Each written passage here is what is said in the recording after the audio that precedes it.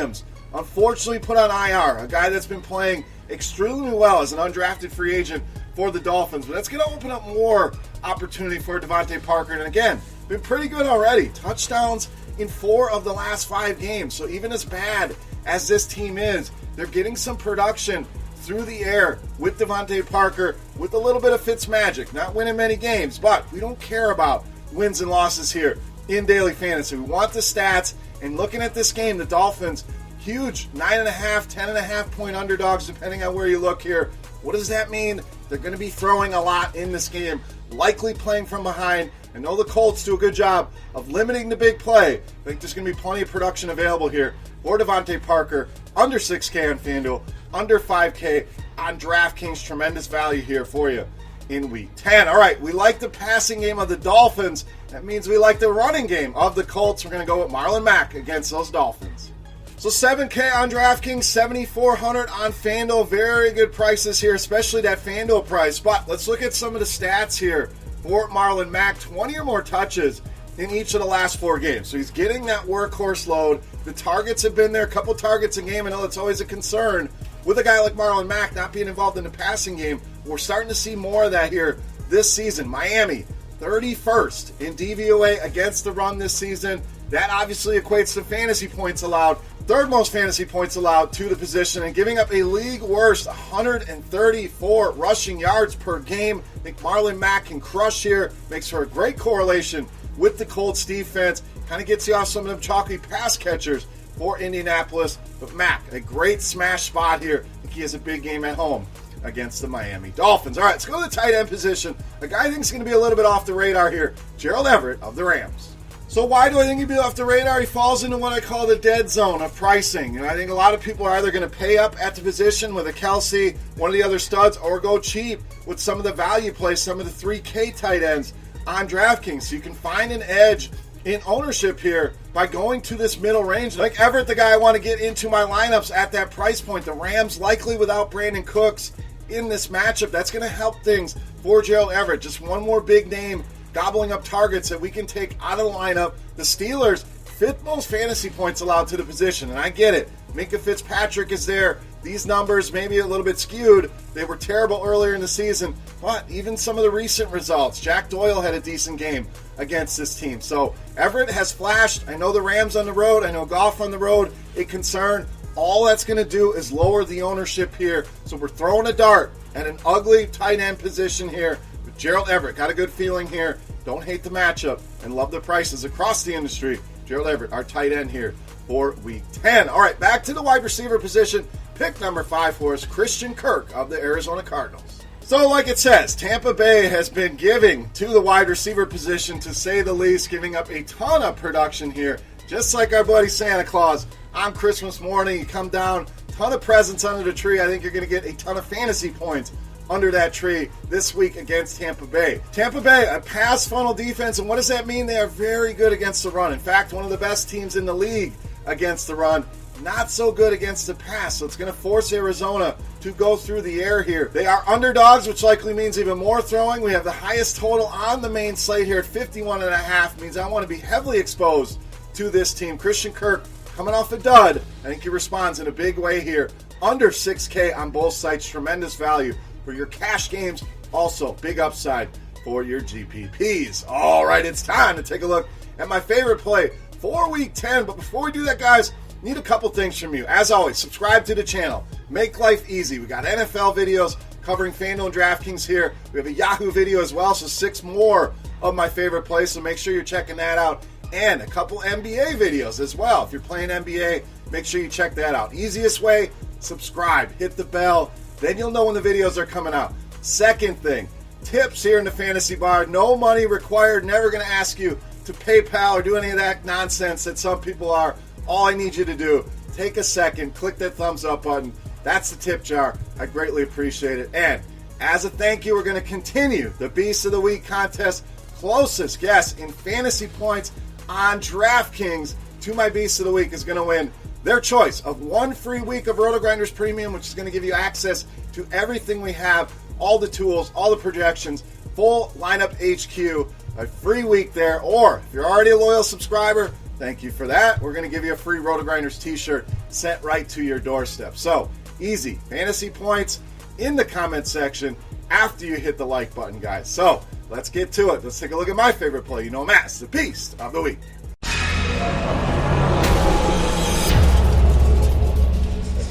All right, Beast time. We still owe you a quarterback. I love this spot for Arizona against Tampa. We're going to go with Kyler Murray here, this week's Beast of the Week.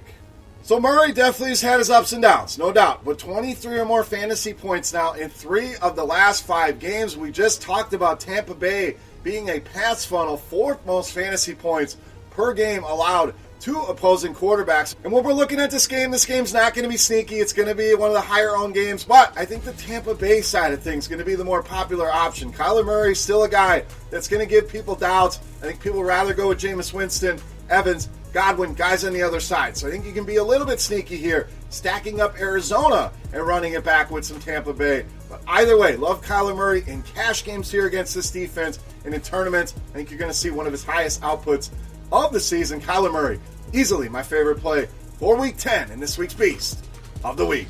All right, guys, that wraps up here for Week 10 in the Fantasy Bar. As always, guys, that comment section is for you. Questions, feedback, whatever you guys want to talk about, get down there. Make sure you get your Beast of the Week pick in there for your chance at a free week of RG Premium or a free RotoGrinders t-shirt. For RotoGrinders.com, I am Beer saying salut. Best of luck here in Week 10, guys. Again, go check out the Yahoo videos. Go check out the basketball videos. Guys, appreciate everything. Good luck, and we'll see you.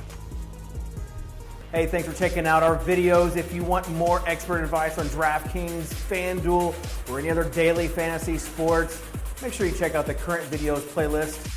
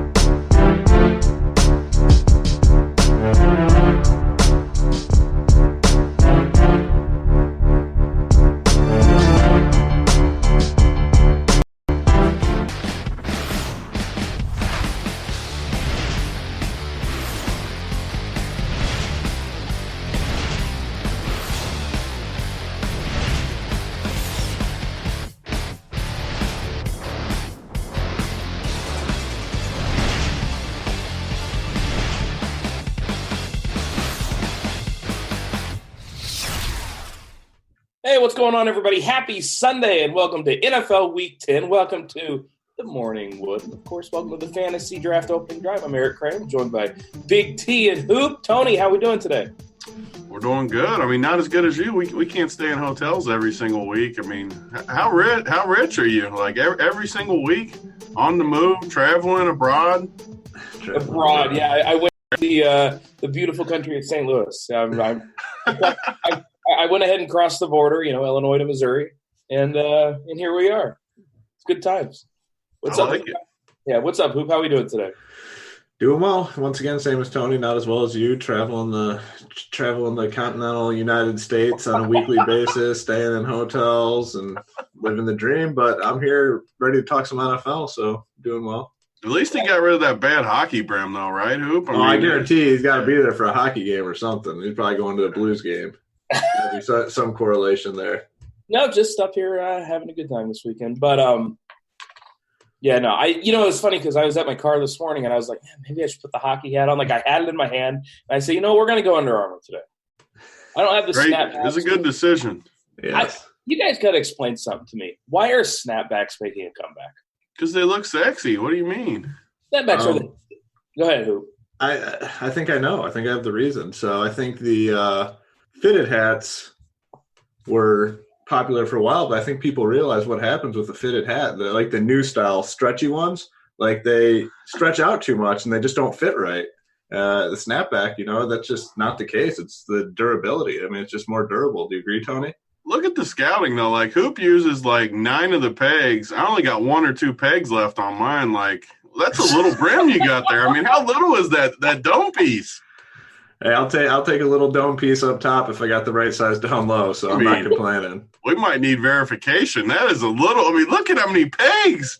That thing, you're like on the other side. Like, you got to go the other direction. I mean, it's a standard size dome. I mean, for the fitted hats, I'm 7 3/8, so that's got to be pretty standard. Seriously? Right? How big is that hat then? It's got to be a big hat. I don't know. It's just like an Under Armour. I mean, I wear 7 5/8, so I'm only a little bit bigger, but I got 2 pegs here. You might be right. This might be a hat issue, the size of the hat. I think it has to be. Not a size of the dome. Don't worry about it. I've never noticed that many pegs, so I think it is the hat. I'm actually going to give you credit on this one. 7 3/8. I mean, that's a pretty standard size dome, I think. I can respect that. That's a good size dome. You're right. Yeah.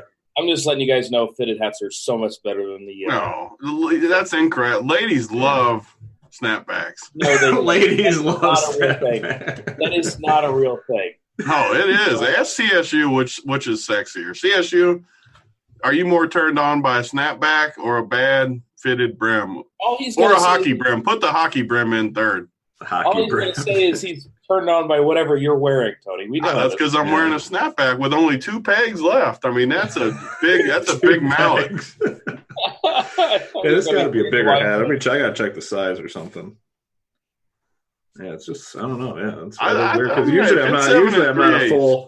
I'm not a full bar. I'm definitely not a full I would have bar. noticed I'm usually that like here. Hey guys, I want to let you guys know a few things. First off, some injury news really quick. Matthew Stafford, he is not expected to play. Wow. So, yep, that's a big piece of news coming out this morning. He was listed as questionable by Adam Schefter.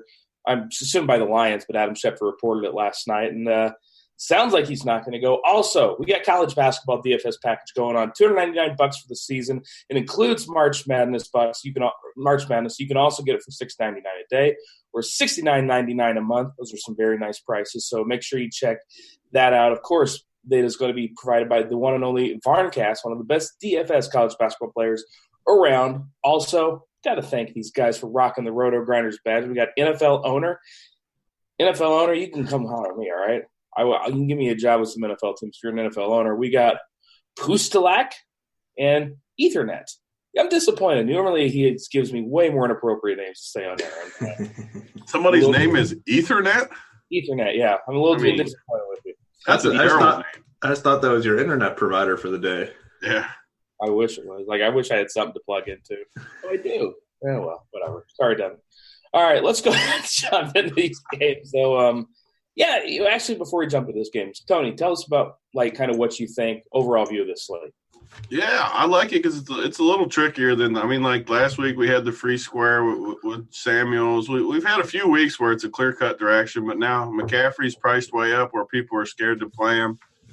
I mean, people were arguing last night the same argument that me and Hoop always talk about and Ukraine, if the guy gets 27 points, people are acting like that's not good, and it's just hilarious to me. If you told me right now McCaffrey is going to get 27 points, I don't see how. It doesn't make sense to me why you wouldn't play him. Sure, you want more, you want whatever the qualifier is, but if you guaranteed me a dude's getting 27 in football, I don't care if he's 10-5. I'm locking that 27 points in, and I can make it up with some value guys somewhere. It doesn't make sense to me. I know everybody wants 63 points from his 10K, but it's at least 36X. I need that's a lot of points for 10.5K. Crane needs 365 points out of McCaffrey today. I mean, come on. I think Crane was even the one arguing on the other side for once. In all fairness, we make fun of Crane. It's in regards to value plays. Crane is not saying he needs 37.95x from a 10K guy. I think, right? No, I'm definitely not saying that. Here's the thing. You can win everybody wants to say, oh, what's the optimal build? The problem is the optimal build never gets built. It just doesn't happen. Everybody's 400,000 person tournament. Something's gonna I love when they say that too. By the way, a 400,000 person no, it has nothing to do with it. No, nobody ends up with the optimum build every week. So the thing is, floors still matter. Ceilings matter, of course. McCaffrey has that as well. But when floors matter, like I still think you just play McCaffrey and move on. And I know, Hoop, you're on that side too. Yeah, I mean, the argument's there's really not an argument to be made. I caught the thread a little bit last night, and at first I was like, man, how are people sitting around on a Saturday night, like, fighting with people over this shit on Twitter? And then my second response was, yeah, like, if you give me the 27.5 or whatever it is, like, I'll take it and move on. I just don't even get it. It doesn't make sense to me. There's no argument to be made. Like, that's a massive score in daily fantasy football. Like, that's a big time score, and you're using what, like, not a ton of your overall team salary to get those points. Like, you lock it in and you move on. Wait, so hold on. I want to know, Hoop, what are you doing on a Saturday night? What was I doing last Saturday? Sitting here, had the parents over, and I was drinking some wine. Yeah, I'd rather be on Twitter. All right, let's go ahead and move on. You haven't seen his – what do you mean? You haven't seen this guy's Snapchats. Like, he's got grandma grinding on grandpa, and he's got all kinds of things going on. Yeah, we get things going. It's a lot of fun. I'm going to have to get one of the Snapchats with the cool kids. Yeah, let's get in. I mean, if you're at the Holiday Inn on a Saturday night, you need to have some material. You got to be looking at things like that. There's nothing like Hoop's grandma and grandpa to get me going in the morning. You don't know what that – she's got some moves. Tony sees it. The mother-in-law. She what's the best way to put it? I don't know. The first thing that popped in my head, I wasn't going to say. So she has fun. We'll just keep it simple. She likes to have fun. All right, let's go ahead and start off this slate with a game that's going to be having some fun also. It's Arizona Tampa Bay, 52-point total. Tampa Bay, they're 4.5-point favorites at home. And look, this is the spot everybody wants to stack up, and I don't blame them. Like, Tony, we know both these teams are going to pass. Every week, Evans or Godwin gets there. I mean, on the Arizona side, David Johnson's way too cheap. These receivers, I don't like them as much, but I think they're viable. Tony, what do you think about this game? Yeah, I mean, I don't know how you wouldn't like it at least a little. I mean, you don't have to go full game stack, but you just have so many pieces, too, that you can use.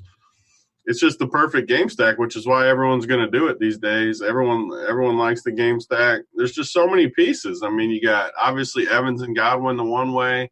You got Kirk, David Johnson, Fitzy even, Ronald Jones. Like, people are talking about Ronald Jones, who scares me. But, again, like, he's so cheap on a site like DraftKings that you can make him work in tournaments. And, our boy is back in our life, Crane. OJ Howard, baby. Howard, baby. This is the week. This is the time that all my best. If it's not, he's buried forever. Oh, boy. I'm going to be playing him some today because at this point, why the hell not? Let's just keep torching money on fire with OJ Howard. But, yeah, I mean. Even this Perriman dude's 3K. Like, this game's just got so many pieces you can play. Yeah. Hoop. What are you doing with Ronald Jones, I guess, first of all? Because obviously he's going to be really popular today. We're seeing projected ownership around 20%. And I think he's the starter. I think he's going to get the majority of the carries. I'm still not sure I want to play him because I'm not sure he's good. But what do you think about this? Yeah, I mean, at first I was going to say, he's a guy you can play in cash games because he's cheap and he kind of lets you get everything else. But there has to be some upside there too in this matchup. Like if he does get 20 touches in a matchup against the Cardinals, a 52 total. I mean, the Cardinals' run defense hasn't been totally atrocious, but he's going to be the guy. He's going to get the first crack at it, and as long as he doesn't F it up, I mean, he's the one that's like I said, going to get the majority of the work here. So I think he's in play in all formats. I mean, I'd lean towards probably not playing him in tournaments just because he doesn't get a ton of pass work. And this is definitely a DraftKings fantasy draft specific play. And, not a guy to consider on FanDuel because he's not going to catch a ton of balls. But at this price tag and the guys that we want to fit in today, he's definitely on the list of values. What about OJ Howard? Is he on the list of values for you, Hoop? OJ Howard, dating back to best ball drafts has not been on Hoop's list, and it's not changing today. It's got to feel so good to be on that side, by the way, where you just worked out. I mean, maybe it bites me today because this is the best possible situation, I guess, for him. On the bright side, and we always say this, but if he doesn't get there today, yeah, he can safely just cut ties. Like, you guys no one's cutting ties. OJ Howard people are not cutting ties if he busts this week. I'll promise you that. We're not OJ Howard people. We're just so damn pot committed at this point. Like, why not just, double money into the fire? He's got to do something today. God, he's got to do it. Yeah. Congrats to Cameron Brand on your 3 touchdowns. We know how this goes. We've seen this movie before. On the Arizona side, it doesn't quite stands out as much as on the Tampa Bay side. Obviously, Kenny Drake is there for Arizona now. I think David Johnson lines up more in the slot. I actually like David Johnson a lot. This price tag is way too cheap on him. Tony, what do you think about this Arizona side? I think Kirk's got it. I mean, he's going to be popular too. But man, love Christian Kirk. Man. Again, just like we said about OJ Howard, like Kirk has to explode today. Like it's the perfect spot for him. Arizona hasn't really. Everybody talks about it. They haven't thrown it deep. They got the shortest A-dot or whatever everyone talks about. But today, man, going against the funnel, he's got to break one to the house deep. It's got to be the day. He's so cheap. Man, Kirk is in he's got to be one of my favorites. You need salary savings today. I don't know how you don't play him at 5-2. Yeah, I mean, he's fine. Like, I don't mind. I don't think he's like some smash play, but he's okay. He's going to smash. He's going to get like 35 points today. 35? Yeah. That actually is 37. Did that get you excited? 35? I should have said 37. I missed the boat on that one. Yeah, you screwed up, but hey, these things happen. Hoop, what do you think about the Arizona side? Yeah, I mean, it'll be lower owned than the Buck side, but a lot of plays here. Kyler Murray's in play. I think I agree with you on David Johnson. I mean, Drake looked really good in a tough matchup, and he's definitely going to be involved. More tournament type plays. Johnson, Drake, Christian Kirk, I agree. I think is the best play on the Cardinals side. I really like him. Should get a ton of targets. I mean, he has all season long, and that should continue here as well. But yeah, it's a good game, big total, and a lot of plays in it. So should be a popular game. But there's a lot of different routes you can go. Are you guys playing Jameis today? I guess we didn't really talk quarterbacks. Are you guys on Jameis? I definitely am. Yeah. Yeah, he's in the player pool for sure. And, a good point, I don't know, someone had brought up, it's like the games where he has these just awful, 4 interception, multiple fumble. It's usually in, tougher type matchups. Like in these easy matchups, he typically does pretty well. Okay, so here's my argument against Jameis. And it goes to the next game. It's the Chiefs at the Titans, a 49.5-point total. The Chiefs, 5.5-point favorites. Jameis Winston is only $200 cheaper than Patrick Mahomes. He's also going to be chalkier than Patrick Mahomes. Yeah, but chalkier, what is chalkier? Like 15% versus 10% versus 9%. Yeah, that's the same to me. Like that's. I'm saying he's $200 cheaper. Why aren't you just getting up to Mahomes? Because Jameis is a better play. Okay. Like Jameis, look at Jameis's numbers: 24, 26, 21, 23, 29, 17. I mean, like his last 6 weeks, his worst score is 17. It's like we always talk about. You're not going to lose the week unless you suck at quarterback. I don't know. Like at Tennessee or versus Tennessee is a way worse matchup to me than at home versus Arizona. It's not. Then at home versus Arizona? It's a really similar match. This Tennessee team just got torched by Jameis. You cannot possibly say that Mahomes is a better quarterback or that Jameis. Oh, I'm not saying he's a better quarterback, but I think the spot is better. What do you think? What do you think about Mahomes today? Because it feels like I'm the only guy on him. I love Mahomes. I think it kind of goes back to last season when we always talked like in certain spots where we could kind of project the Chiefs to be pretty low owned overall, and it's a good time to get on them. Like today's that day. Like they're going to be way less popular than some of these other games and teams like the previous game. Mahomes coming back, you have to imagine full health. Oh, I mean, it sounded like he almost played last week, and this is basically the first time all season he's got his full complement of weapons. I mean, you got Kelsey in there, you got Tyreek Hill. They're kind of getting back to Damian Williams, which I like quite a bit, and I like him. as well for tournaments. You have Sammy Watkins, you got Demarcus Robinson, who can catch some long touchdowns. So this is a premier tournament spot where ownership should be much lower than it should be. They got their standard 28 team total here. I'm with you. I'm not worried about the matchup against the Titans. Just a really good spot for the Chiefs. Chiefs at low ownership, love them in tournaments today. Yeah, like so I agree. Long story short, I agree with you. Yeah, like the Titans just lost their best cornerback, and he sucked. Like, so now they're going to get a guy in there that just gets torched every single week. I love Tyreek. I'll tell you the guy that I like. He's not really a cheap wide receiver. I love Sammy Watkins this week, and I know I've been going down with this ship too. He and O.J. Howard on the same team. What could possibly go wrong? But Watkins is a guy who's going to be lining up a lot in the slot against Logan Ryan. Logan Ryan, one of the top 10 most attacked cornerbacks on this whole slate, or in the whole NFL. I'm like, Watkins is going to be just unowned completely. And I know there's an issue because Tyreek Hill and Travis Kelce and Damian Williams are all there and getting targets. So I know it's a very low floor play. But from an upside standpoint, I don't hate it. Tony, what do you think about some of these other pass catchers from Kansas City? I don't like any. I hate Kansas City today. Like, I think it's a really bad spot for Kansas City. I don't like it. I like Tennessee. I think Tennessee might win the game. Really? That just means more throwing for Mahomes. Yeah, I do agree with that. Like, if they fall, I just think Tennessee has the ingredients to pound Henry and run this clock and just take away so much possession from Kansas City that do you really want to be playing from behind with Henry just running up the middle? Your boy Henry, you got the victory lap last week. Henry. You forgot about him? He's mad at you now. You can't forget about him. No, I say I'm playing both. I'm playing Henry on the other side. You're playing Henry? Isn't that bad correlation if he's running up the middle and the clock's running? Not if Mahomes is throwing 60-yard bombs. This is a normal team that's got a dink and duck down the field.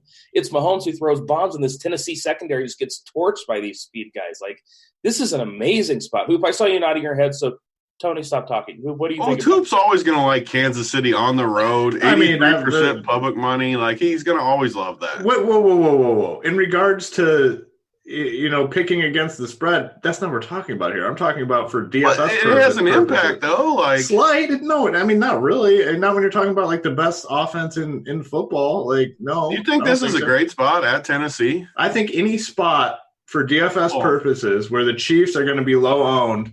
I don't care. Are they really going to be low owned, Hoop? Yeah. Kelsey's going to be the highest owned tight end. Besides Kelce, outside of Kelce will be popular. Tyreek and Mahomes. I will promise you guys that Mahomes ends up right around Jameis. Guaranteed. And that's fine. I agree. I agree that could definitely be the case, but you're talking about probably the best offense in football. That's too low. I don't disagree with that. Like, obviously, I think the Chiefs are a great offense. They can put up 45 points, actual points, against any defense in football. I agree. It's just an ownership thing, which I usually don't talk about. So maybe I'm wrong. I don't think they're going to be low owned, though. I really don't. Are, but I guarantee, dude. Okay, if someone's paying the Chiefs, everyone always likes the Chiefs. If people are paying up at wide receiver, they're paying up for Thomas. They're paying up for Godwin. They're paying up for Evans. They're not paying up for Tyreek Hill. Yeah, you're probably right. Yeah, I mean, he's projected 15%. I think that's where he'll be, 15%. You don't want a 15% Tyreek Hill? I don't think Kansas City's going to do anything today, so. I don't want I want Kelce because I want Kelce on, is it FanDuel where he's like. FanDuel, he's way too. Yeah, like I want Kelce there, but I'm not playing any other Chiefs guy. I guarantee that. By the way, CSU is not on your side either, Tony. Well, that's fine. I don't care who's on my side. Like, that's fine. Well, let's talk this Tennessee. When Henry's running up the middle on 9-minute drives, I hope you love your powerful offense. Dude, there's some offenses that I care about that. It ain't the Chiefs. So what's the score going to be? How do you see the game going? Just so I know. 35-28. 30. Okay. So then why not just play Tannehill in the other offense if you're getting them so cheap? Well, we haven't got there yet. Okay. I like that Tannehill at 5.1 way better. If you think it's going to be a shootout. I mean, I understand what you're saying, but I also think Derrick Henry's going nuts again today. I don't understand though. That's my main argument with what you're saying. I don't understand how Henry's going to run up the middle and it's going to shoot out. That's what doesn't make sense to me. The Chiefs don't need freaking. So they're going to go on 9. It's going to be a 9-minute drive and then a 1-minute drive. Just that's how the game's going to go. Yeah, that's it. Just 9-minute drives, 1-minute drive. 500 of them, and that's it. I get 37x from everybody, and we come to party. I'm good with it. I like taking stands in spots like this. I'm good with it. I like that you guys like the Chiefs. I'm perfect with it. I'll gladly take a stand on this one. So that's all right. Tony's got the Dolphins coming up, so we're going to be okay. Derrick Henry, A.J. Brown's going to get some love because there's no Corey Davis. Not that I don't really understand that because Corey Davis wasn't really doing anything all season anyways. He was only getting a 14% target share. But, Hoop, what do you think about the Titans side? Yeah, well, I mean, if I like the Chiefs, I like the Titans as well. Not so much Derrick Henry. That's where we might disagree a little bit. I mean, I think he's in play, but I mean, it's just tough to play him on full PPR sites. Like to me, like you can only play a guy like Derrick Henry on FanDuel where it's only half PPR. But the thing with Corey Davis, I don't think it's necessarily like the market share that I'm looking at. It's more the playing time, and you just have to imagine like his playing time is just directly going to benefit a guy like A.J. Brown, big play upside. Like I said, it wasn't on the field as much as people liked. Well, that should change today. I know you guys are going to make fun of me because I always name these little shitty white dudes all the time, but I'm not opposed to playing Adam Humphries either. Like if I think the Chiefs offense rolls here, like the Titans are going to have to pass the ball. So I like A.J. Brown. I like Mr. Humphries for cheap as well. And even the tight end, Johnny Smith, I have interest in. Is Wes Welker available on the slate too for you? I'd be all in. All in. Tony, Titans side, I guess you're playing Henry. Are you playing anybody else? I mean, I like these receivers. They're all so cheap that even like Tajay, it's only like 3-1. All these cheap guys. I mean, obviously I wouldn't play more than one of them, but like A.J. Brown is a beast too. It's not like he's not talented. That guy's super talented. So he's got to end. People need savings. So like Hoop, he's in your cash pool, right? Oh yeah, he's definitely in the pool there. I mean, just because once we get to the Panthers game, we'll touch on a little bit more. Correlate why we're talking about some of these cheap dudes. But if you want to play McCaffrey this week, the sites have got him up there. You're going to have to consider some of these cheap dudes. I mean, it definitely might not be the optimal route to go, but when you're talking about McCaffrey's 27 fantasy points, I think I might want him today. See, it's in the chat. He said he doesn't like the Chiefs, but he references Tajay Sharp. That's reasonable. I'm glad that all three of you. I'm happy that all three of you are on this. It makes me deeply happy. You gotta wait. You gotta wait for the offense that's facing one of the best defenses today. Then Tony will get us going. I got a little insight. I got a little inside info on where Tony's mind's thinking because we typically the Dolphins, not the Dolphins today. Hold on, is it? Hold on, I'm scrolling down. Just think about the team that's in the worst spot. I don't even know who you're talking about is the best part. Oh, you should know. Just whatever team, just glance at the schedule and whatever team you think's in the worst spot this week, that's where Tony's. Like the Ryan Finley Auden Tate combination is boom. Wow. I did talk that up. I remember that. I did. Yeah, I do too. That's not my favorite spot. Oh gosh.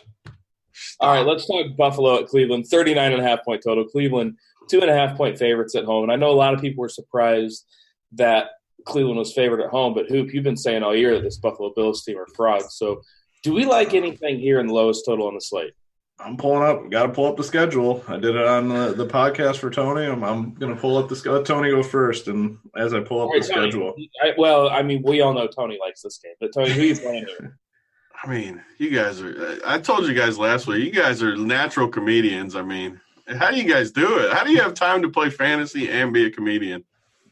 It's a hard job, but, stays at the holiday. When you can travel to the hotel every week and travel for shows, it makes it a little easier. But, I mean, this game, people are talking about Singletary. I don't see it. Like, I don't know. I could play Chubb, I guess. I could definitely can play the Cleveland D. Like, the Cleveland D is one of the best. We don't usually talk about who we're going to play at D, but Cleveland D has got to be one of the better plays of the day.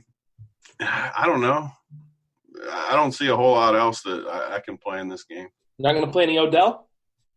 God, I keep playing him, and he just never gets but they're going to force feed him today. Week 10, they finally realized that they need to start getting their best offensive player in football. We talked about it on the pod, though, and I do agree that he is filthy cheap. Like, 6,100 on DraftKings is so cheap for Odell. So I shouldn't say I'm not going to play him. He's going to be shadowed by Davius White. He's really, really good. It's still Odell Beckham at 6,100. I'm going to have to roll the dice there at the tournament. So what do you think about here? Yeah, well, I got that schedule. So, like, the Bills are definitely a fraudulent team. They're not good. Their wins have come against the Jets, the Giants with Eli, the Bengals. The Titans are their signature win, the Dolphins, and the Redskins. So they've literally beat the 5 worst teams in football. So they're definitely fraudulent. I think the Browns are like a lock to cover in this game. That schedule, it overwhelms me every time you say it. I'm not gonna, I'm gonna bust it out basically every week from here on out. So they're 6-2 versus a 2-6 team, and the 2-6 team's favored over them. Yeah, it's telling. I think, man, I love the Browns for DFS purposes. Though it's tough. Like, John Brown on the Bills side, I like quite a bit. Just big play upside.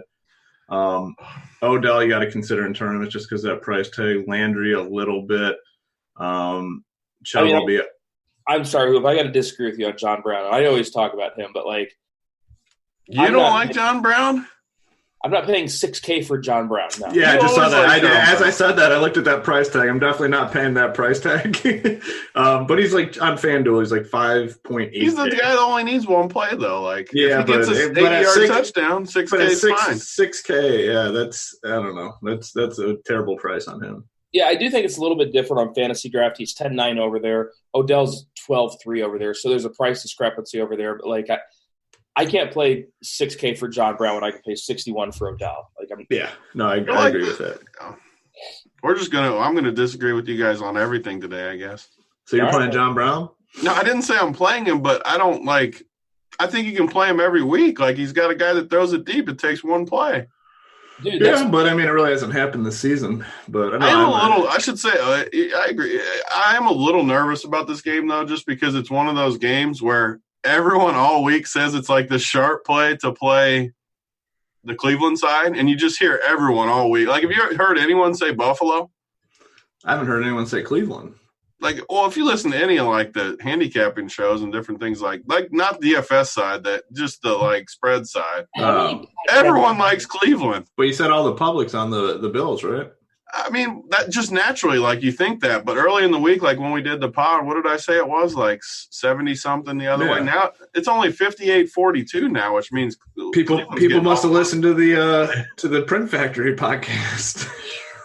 I got to ask you guys, I forgot about this one dude. Tony, you brought up Nick Chubb, and I don't think you can play him because Kareem Hunt, look, they've already said they're going to mix him today. He is the bare minimum. He's $3K on DK, $6K on FantasyDraft. He's cheap everywhere. Like, Tony, what do you do with Kareem Hunt here, man?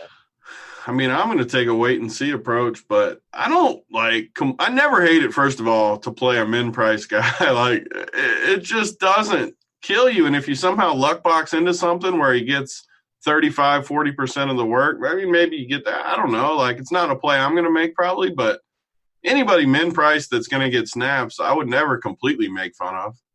Hoop, are you on Kareem Hunt at all? That's a good point Tony just made. Like, min-price guy that's definitely going to see the field in a sport like football where it takes literally one play and a guy can, get you there and get you way over the top. Like, I think he's in play. I mean, it wouldn't surprise me if, he got a little more work than people anticipate.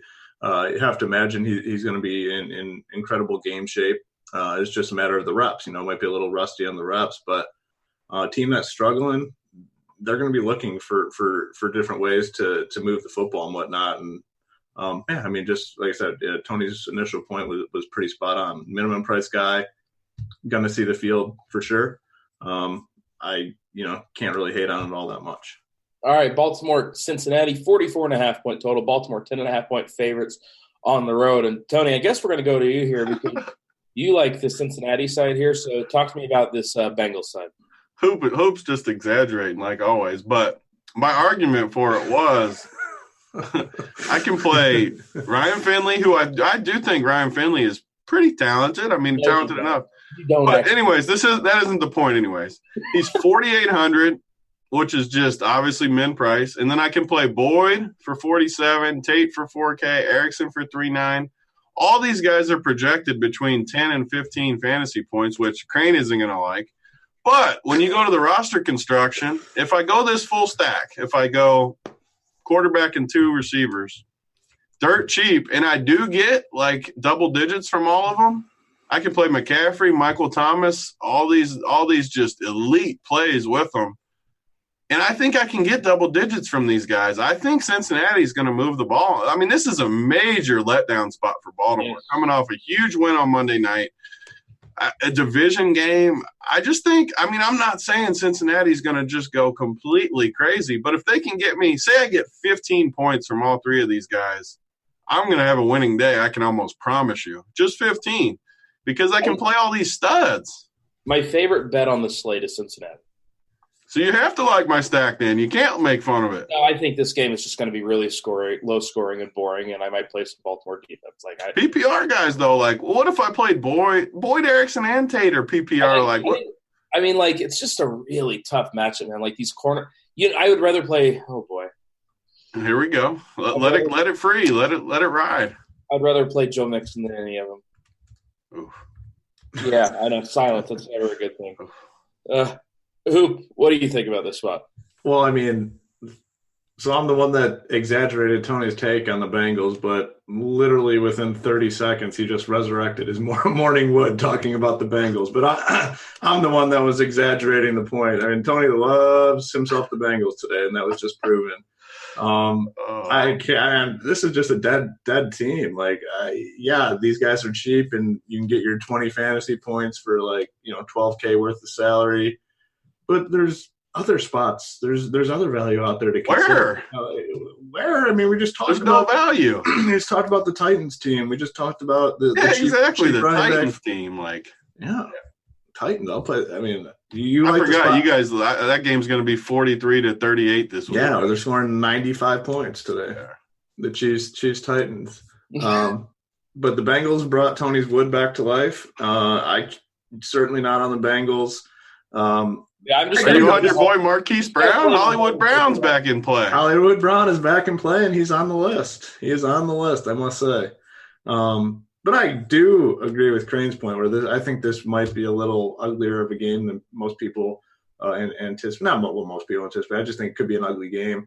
Did you guys see what Lamar Jackson's rushing prop was today, by the way? DB pointed this out to me earlier this morning, so I want to make sure I thank DB for letting me know. But did you see what rushing prop was? What is it? 75 yards. It's tough to ignore. Yeah, that is really tough to ignore. If you're paying up, to me, it's Mahomes or Lamar Jackson. I still think I prefer Mahomes. Are you on Lamar Jackson today?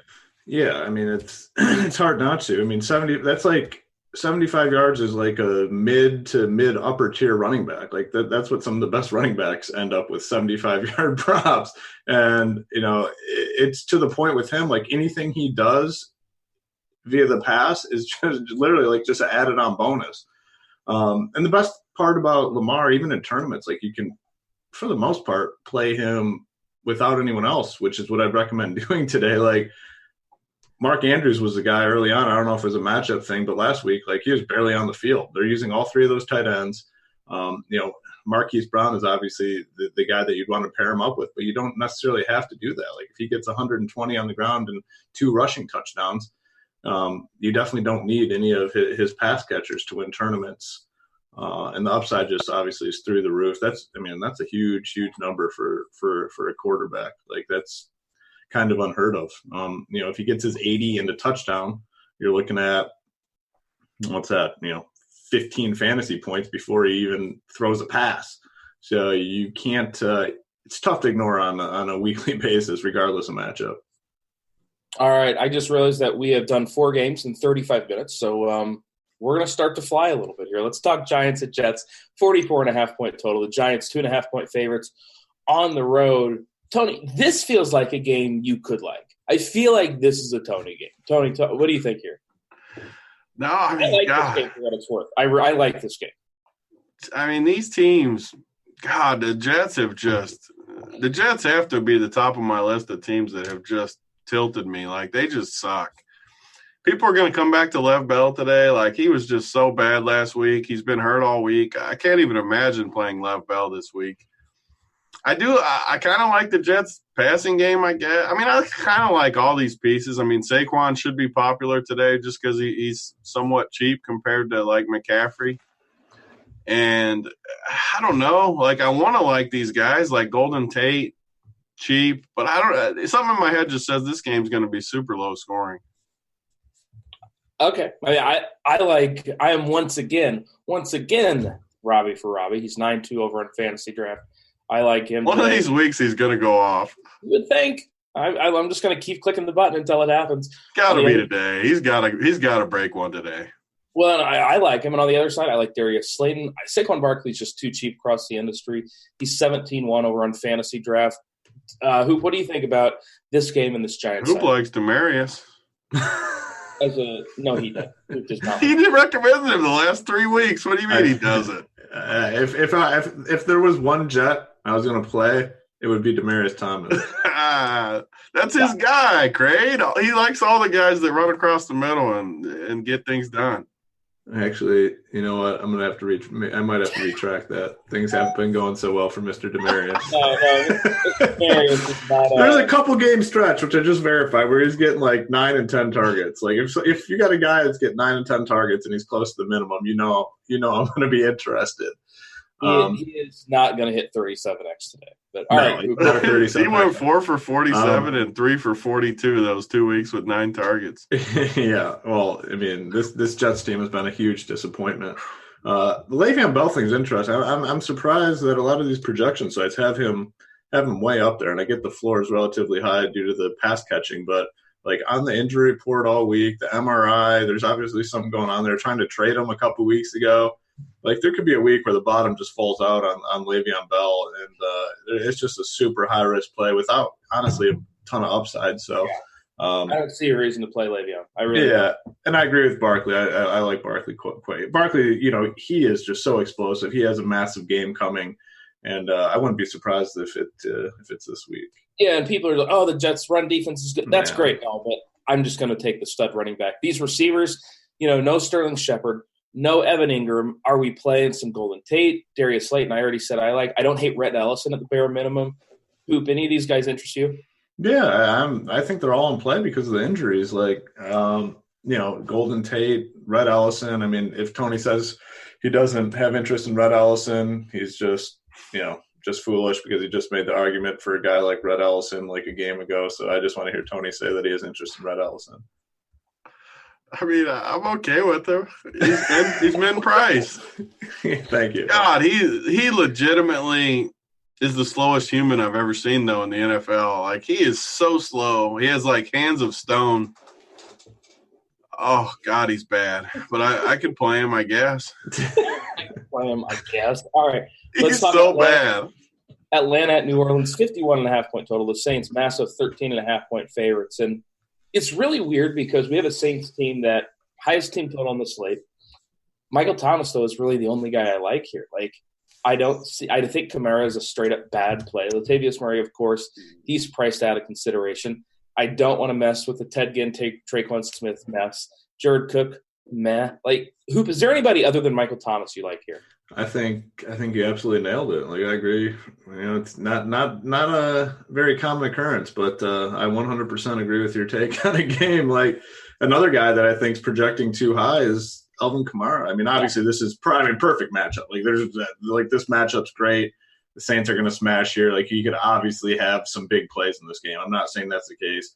Just workload concerns. I mean, there's no way around the fact that Latavius Murray has earned himself more work, and I honestly wouldn't be surprised if it's closer to like a 50-50 split between those two in terms of snaps. Like I said, this matchup is so good that they both could have big games, and it's very possible because I think the Saints absolutely smash here. Michael Thomas has been phenomenal this year, like the best wide receiver by far. So safe, like so safe. I think he's the premier play at wide receiver if you're spending up. But outside of that, like nothing else in this game. Falcons are a dead team, and they're dead to my lineups as well. Tony, are you playing? You're not playing Kamara or Latavius, are you? I mean, I'm definitely not writing them off like you guys. This team's gonna score 40 today. So first, I mean, Michael Thomas is just a total lock. I still can't get over this projection that Cardi has on the blitz. 29 for a receiver, like if I see a 29 projection for a receiver, I'm just going to play him. And like Hoop said, he's been the best receiver all year. I don't know how you fade Michael Thomas today. I know he's going to be the most popular receiver or one of them. But I think he's a good play, of course. Like, everybody likes Michael Thomas. He's just like, his floor is just massive. But I think Kamara, everyone says the same thing about Kamara. Like, they're going to split workload. But he could catch 8 to 10 balls, score twice. Like, yeah, no, I mean, that's what I was I mean, yeah, I think in tournaments you consider him because of that matchup. Like, it doesn't matter even if he plays 45% of the snaps, like, he could absolutely crush here. This is the best possible matchup. The Falcons are done. Wait a second. Is my boy Taysom really wide receiver eligible? He is. He's a wide receiver. How much is he? Crane, next game, please. How much is he? Seriously? Crane, we got to keep it moving. We don't have time. He's exactly where he needs to be. Is he 4,500? I do want to say I think Calvin Ridley's too cheap across the industry. Don't ignore me. How much is he? I mean, he's too much. Yep, that's it. Well, if he was $2, like I would have, the whole desk would be coming upward. Big T is either making a lot of money this week or moving into the hotel with Crane. One of the two. I thought you said I was allowed to move in the basement. Oh, the basement's always available. You know. Yeah, I'm in. Basement's always it's like available. a free roll for me. If I lose, I can move in with the hoops. Some bleeping hill. All right, let's talk Detroit at Chicago. 38.5-point total. Chicago 7-point favorites. If that's not the line you guys have, that is because Matt Stafford is now out. The total has dropped. Detroit has the lowest team total on the slate. I'm not messing with any of these Detroit guys. I assume neither of you guys are too. On the Bears side, we've got a chalky David Montgomery, and I think David Montgomery is just good chalk. Hoop, what do you think about Montgomery or anybody else in this game you like? Yeah, and then one thing, Tony, you're gonna have to put out a tweet because I think in our this is legit. Oh, here we go. You got Detroit. I had the Lions in your when we picked the 5. I get to get off that. Here we go. You don't have them. You said I don't. No, you don't got them. I'm looking at the picks. Oh, I thought I did. That would be your thing. He got injured. It doesn't. I mean, that's little. That spread's going to move like 6 or probably 6, right? Oh, it's sitting. It's already settled. It's at 6.5. It's at 7. I've got it at 7. Yeah. I don't see it 7 anywhere. So yeah, with David Montgomery, I mean, the Stafford news just makes him an even stronger play. I mean, you have to imagine they're playing with the lead here in this game. I mean, the Lions are going to struggle. I mean, it's pretty surprising that Stafford's going to sit. I mean, as much as I dislike the Lions overall, like he's been one of the toughest quarterbacks in football over the course of the last 10 years. But he's out, and that makes, the Bears running back stronger play. So Montgomery was probably going to be relatively popular before this news. I have to imagine that, increases his ownership and likelihood of having a big game here. Yeah, I just think he's good chalk. Tony, what do you think about this Bears side? Yeah, I mean, Montgomery, he was probably the best play, price considered, before this news. After the news, like, he's just a lock button. I don't even care if you're playing 150 almost. You need salary savings this week. He's in a favorite spot. He's got so much. I mean, 2 weeks ago, what did we say? He got like 30 carries or something crazy. He got 27 carries 2 weeks ago. He could get 27 again today with as bad as Mitch is, and I just think he's a lock button. If he beats me, he beats me. I'm good with it. He's too cheap. He's in too good of a spot. Yeah, when I thought this game was going to stay close, I actually liked Tariq Cohen today, but I don't think I can do that anymore because I don't really see a way this game stays close. Are we on Allen Robinson again? Is this the week? Let's go. We'll go Robbie Anderson, Allen Robinson, O.J. Howard, and we'll all just hate our lives. Everybody's shaking their head. Another guy. I just don't understand why people want to play wide receivers that have Mitchell Trubisky throwing them the football. Like, I don't know. Like, I get Robinson's super talented. Like, he's great, but like Mitchell Trubisky freaking sucks. So, no A-Rob for me. All right, Miami at Indianapolis, 43.5-point total. The Colts, 10.5-point favorites. Jacoby Brissett is out today. Brian Hoyer, he's your starting quarterback for the Colts. We'll get to the Colts side in a second, though. Tony, I'll let you talk to us about your Miami Dolphins. First of all, we got to handle an argument. Don't say anything, Who have I talked about every week when we talk about Miami? Preston Williams. Thank you. Okay. Thank you. You just settled an argument. Okay. No, that was that. Okay, you prefaced that where obviously that's what he was going to say. Now, has he more so focused on the – I prefaced it. I didn't say any names. The way you set that up was obviously he's going to say Preston Why was it now, obvious? Let me ask you the right way. Okay. When Tony talks about the Dolphins on a weekly basis, was he more so focused on stacking them as a team or just picking individual players on that team? That wasn't even the argument anyway. That was the argument. He likes to do both. Yes. Literally, No. I said when I you can't talk about my the favorite Dolphins, guys out. you're talking about stacking the Dolphins, not like picking Preston Williams out of a haystack and saying that's the guy I want. Just change the argument to whatever you want. Either way, Tony, I win. Tony loses. You finally got Preston Williams right last week, Tony. And then he gets hurt on me. He quit on me. Killed Preston Williams. That's just how it happened. He didn't quit on you. He's out for the season. Freaking, he's got to man up. That's weak. A lot of people are going to be on Devontae Parker this week. I don't hate him. I don't even hate Albert Wilson. The one guy I don't understand is Mike Gesicki. I've heard some Mike Gesicki chalk talk, and I think that's really weird since he's not good at football. Tony, what do you think about this Dolphins side? Yeah, I mean, Devontae Parker, the thing is, Miami's going to be playing from behind like always with Fitzy slinging it. Like, I think you can definitely play Devontae Parker. And, I mean, Gesicki, it's just because tight end's so cheap, and he's going to be the number 2 target now. I mean, he's going to get, I don't know, like obviously he's not like a lock button or anything, but you got to play a little Gesicki, I think. And Devontae Parker could have a big game. Marlon Mack, though, I don't think I've ever played this guy, but man, it's a good spot this week. They don't have much passing game. I think it could be a Marlon Mack week. Yeah, you don't really get much of a price discount anywhere. FantasyDraft, he's 13.6, but at the same time, I don't know. Hoop, we like guys that catch the football. That's not Marlon Mack. He also might score 3 touchdowns this week. Yeah, I mean, for me, it's just Mack in this game. Like him quite a bit. Like, yeah, I think the matchup overcomes his lack of action in the passing game. Speaking of lack of action, the chat wants us to talk them off of Kalen Ballage. He sucks. I thought they were joking. Like, they seriously are going to play Ballage? I mean, hey, that's all right. Somebody's got to pay the rake. Who in the world would play? Why would you play Ballage this week?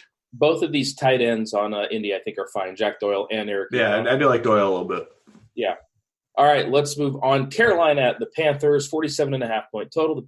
Carolina at the Packers. The Packers are 5.5-point favorites at home. Hoop, I'll let you tackle this one, man. What are we doing on the Packers side of things? Everybody wants to play McCaffrey on the other side. Yeah. Not a lot of people playing these Packers, though. As I make fun of all the O.J. Howard people and how their season has gone, I'm very committed. I'm very pot committed to Devontae Adams, so I have to play him every week. I thought you were gonna hold on. You just compared everybody losing with O.J. Howard. Well, I mean, if you're deep in with Devontae Adams, things may be even worse than the O.J. Howard people because you had to pick him pretty early on to get him, and it's been obviously it had the injury, but even without the injury, it's been disappointing. So I like him. I mean, I loved him last week. I like him again here. He's on the field for a lot of the snaps. Have to imagine he's a little healthier, so I like him a ton. Like in this matchup at that price tag. Not messing with these running backs. I mean, Aaron Jones, Jamal Williams. I mean, Aaron Jones has been like, I don't know. It's just been such polar opposites. He either looks great on the field, big games, or he looks like complete crap, disappointing games. Jamal Williams lurking. He's going to be involved. So off that, McCaffrey, yeah, I mean, we kind of already touched on it. The highest projected running back on the slate by far. Highest price tag as well. So this week, the decision's much more difficult than it's been in the past because there is some value and some decent value, but not like standout, must-have value where it's easy to get McCaffrey. It's tough on all sites, and it's just, how much you're willing to sacrifice for those 27 fantasy points. Tony, what do you think about this game? God, man, Devontae last week just broke my heart. I had so many good teams, and somehow I ended up getting like all in on Devontae. I had so much Devontae. Monday, man. Monday, you and I had that exact discussion where it was a good week for us, and we feel like we left a lot of money on the table because of bleeping Devontae. And the Packers were just like that was probably the worst game I've seen all year from a decent team where they they sucked in that football game. But Devontae's cheap again, and he's just staring at me. So I have to get me some Devontae. And, I hope McCaffrey ends up – I hope people are scared of the 27 points. It's really tough to imagine that Aaron Rodgers and Devontae Adams have 2 bad weeks in a row like that. Like, it really is tough to imagine that they don't bounce back. Rodgers doesn't really seem like that kind of guy. And as far as Aaron Jones goes, maybe he scores another 4 touchdowns this week. It's just not going to be for my fantasy teams. Rams at the Steelers, 43.5-point total. The Rams 3.5-point favorites. And God, I don't like anybody in this game. Hoop, do you? I like one guy. I like Gerald Everett. Sorry. I like one guy. Actually, you know what? I like these guys a little bit more. I mean, than you. I mean, the Steelers' defense has been pretty good, but man, without Brandon Cooks, like no one's really talking about Woods and Kupp, and you know, obviously the total in this game is much lower than we would like to target, but I like Woods and Kupp, and they're another stack that's going to be really low owned compared to some of these other teams, and you know the work should be pretty concentrated. Passing work, and then Jalen Samuels, I love him today, and you know I think he's projected much lower than he should be. I mean, if he finds the end zone, which it's not super likely, but it obviously could happen, like he's going to have a huge game. I mean, that passing work is insane, and it's not a fluke. Like what we saw 13 catches, yeah, it's not likely that he repeats that, but to say he's going to get 8 or 9 catches today, like that's very, very possible and close to likely. So I really like Samuels too. All right, I don't hate Samuels, honestly. Now I'm looking at it a little bit more. Maybe I don't hate these guys. And you mentioned Cooper Kupp. I always like slot receivers against the Steelers. So maybe I should be playing a little bit of Kupp. Tony, what do you think about this game? Yeah, just exactly what you just said. Kupp against Pittsburgh. They have been. Again, I'm not the best numbers guy with this stuff, but it feels like they've been a little better this year, haven't they, Crane? I think their overall defense has been. Better. Yeah, since Minka Fitzpatrick got there, they've been quite a bit better. But still, I mean, Kupp is a beast. The Rams, they were off last week too, right? Maybe. Great question. So I don't remember hating Todd Gurley last week, so I'd probably either way. They were off last week, so I do like. I think the Rams might be a little sneakier on offense because. Give them a little time to prepare. The number the Rams favored by 4.5 now on the road. I don't know. Like, I definitely want to play some Kupp though. At least none of us are going to try and talk the others into Gurley this week. I think this is. I'm not talking you into Gurley for the rest of life. No. I want Henderson. When can we get Henderson in there? Give me a Henderson week. That's what I want. It's going to happen, right? Like. Sit Gurley 1 week for me so I can play my boy Henderson. I mean, I can't get through this show without season-long talk. If that happens, my season-long teams are fired. You got to get him in there. All right. Let's talk the Sunday night game. Minnesota at Dallas, 48.5-point total. Dallas, 3.5-point favorites. And Dallas Cowboys, they're expecting Amari Cooper to play tonight. Two of the premier running backs in football facing off against each other. You got Zeke, you got Dalvin. Tony, I assume that you – have looked into the shows for showdowns, and of course on FantasyDraft it's on the slate. So what do we think happens in this game? Yeah, this is my favorite game of the week as far as just a pure game where I think Dallas pounds Minnesota. I think they just destroy them, which means I think Zeke is a really good play on like the FantasyDraft slate where he could go largely ignored. They're going to dominate up front. Primetime Kirk Cousins, Mr. Noodle Arm himself he's going to be a disaster tonight. I just think Dallas rolls. I still can't believe they're all. They did go up to 3.5 at FanDuel. Told you my 2 points. I said. predicted too. Yeah, it did move though. So I give you a little credit there. It moved off a key number too to 3. You said 5, but it's still a good point that it moved. It did move. It's 3.5 on FanDuel. It's 3 with juice on a few of the other ones. I just think Dallas destroys them. That's my one play of the day where if you want to bet a game, I think Dallas – everyone wants to bet the primetime game too. Bet Dallas. Dallas going to win. Hoop, what do you think about this one? Yeah, love Zeke here if you're playing the showdown slates or, the slates that go all the way through. I agree. I mean, it's a great spot for the Cowboys here. Kirk Cousins already, just – the number of times he's disappointed in these primetime spots is astonishing. He'll be without Adam Thielen tonight. Cowboys at home. Really, really, really like the Cowboys in the game and Zeke for fantasy purposes. I want to let you guys know the $300,000 Hooters main event over on FantasyDraft is $25 buy-in.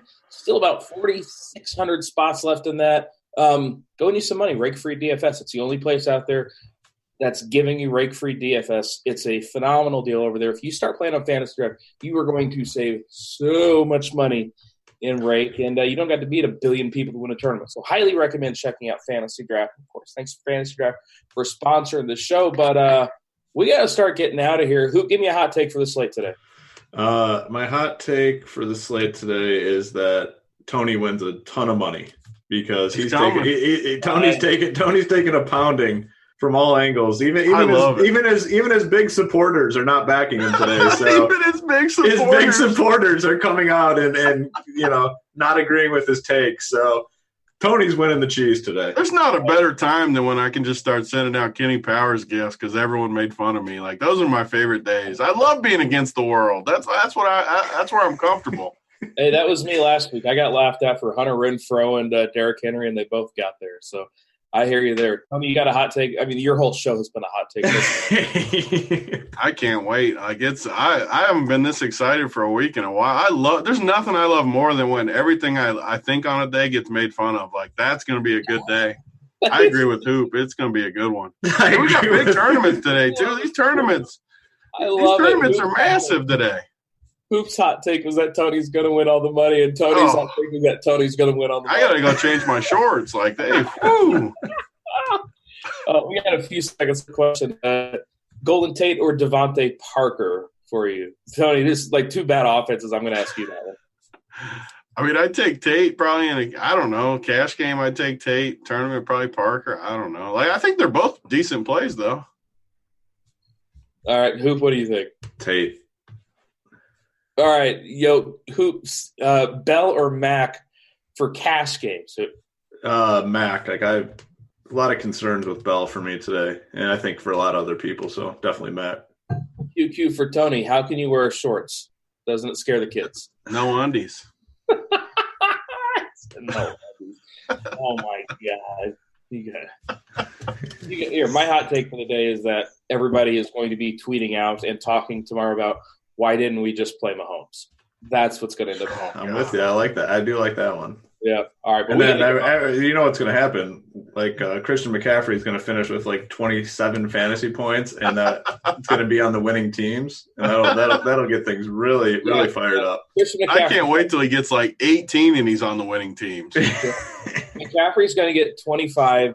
And people are going to say, see, I told you he sucked. That's the most ridiculous argument. You know how many times I've won a tournament with, like, my highest price guy at, like, 18? Like, it just happens. The week I won the Millie, my highest price guy was the lowest score.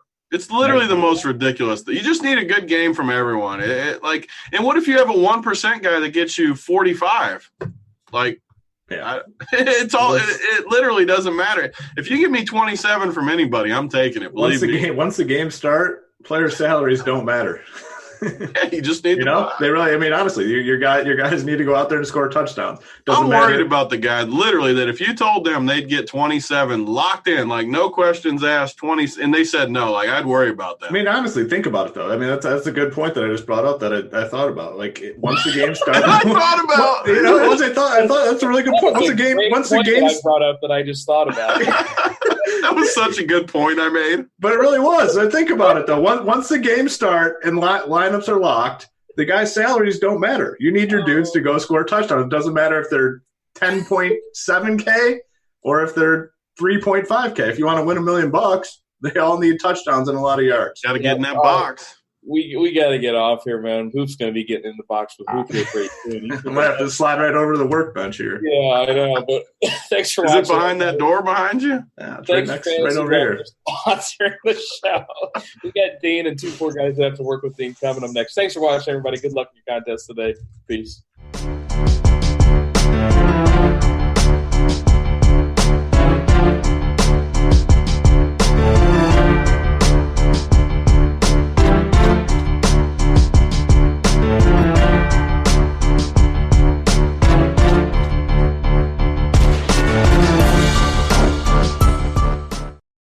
What's up, guys? Beer here back in the Fantasy Bar. 6 of my favorite plays for you for Week 10 over on Yahoo. Got a couple stud running backs I'm looking at. A cheap wide receiver play. What team do I want to be overweight on the field? And I'm going to admit one of my addictions in front of the world here in the Fantasy Bar. What are we talking about? Belly up to the Fantasy Bar and find out.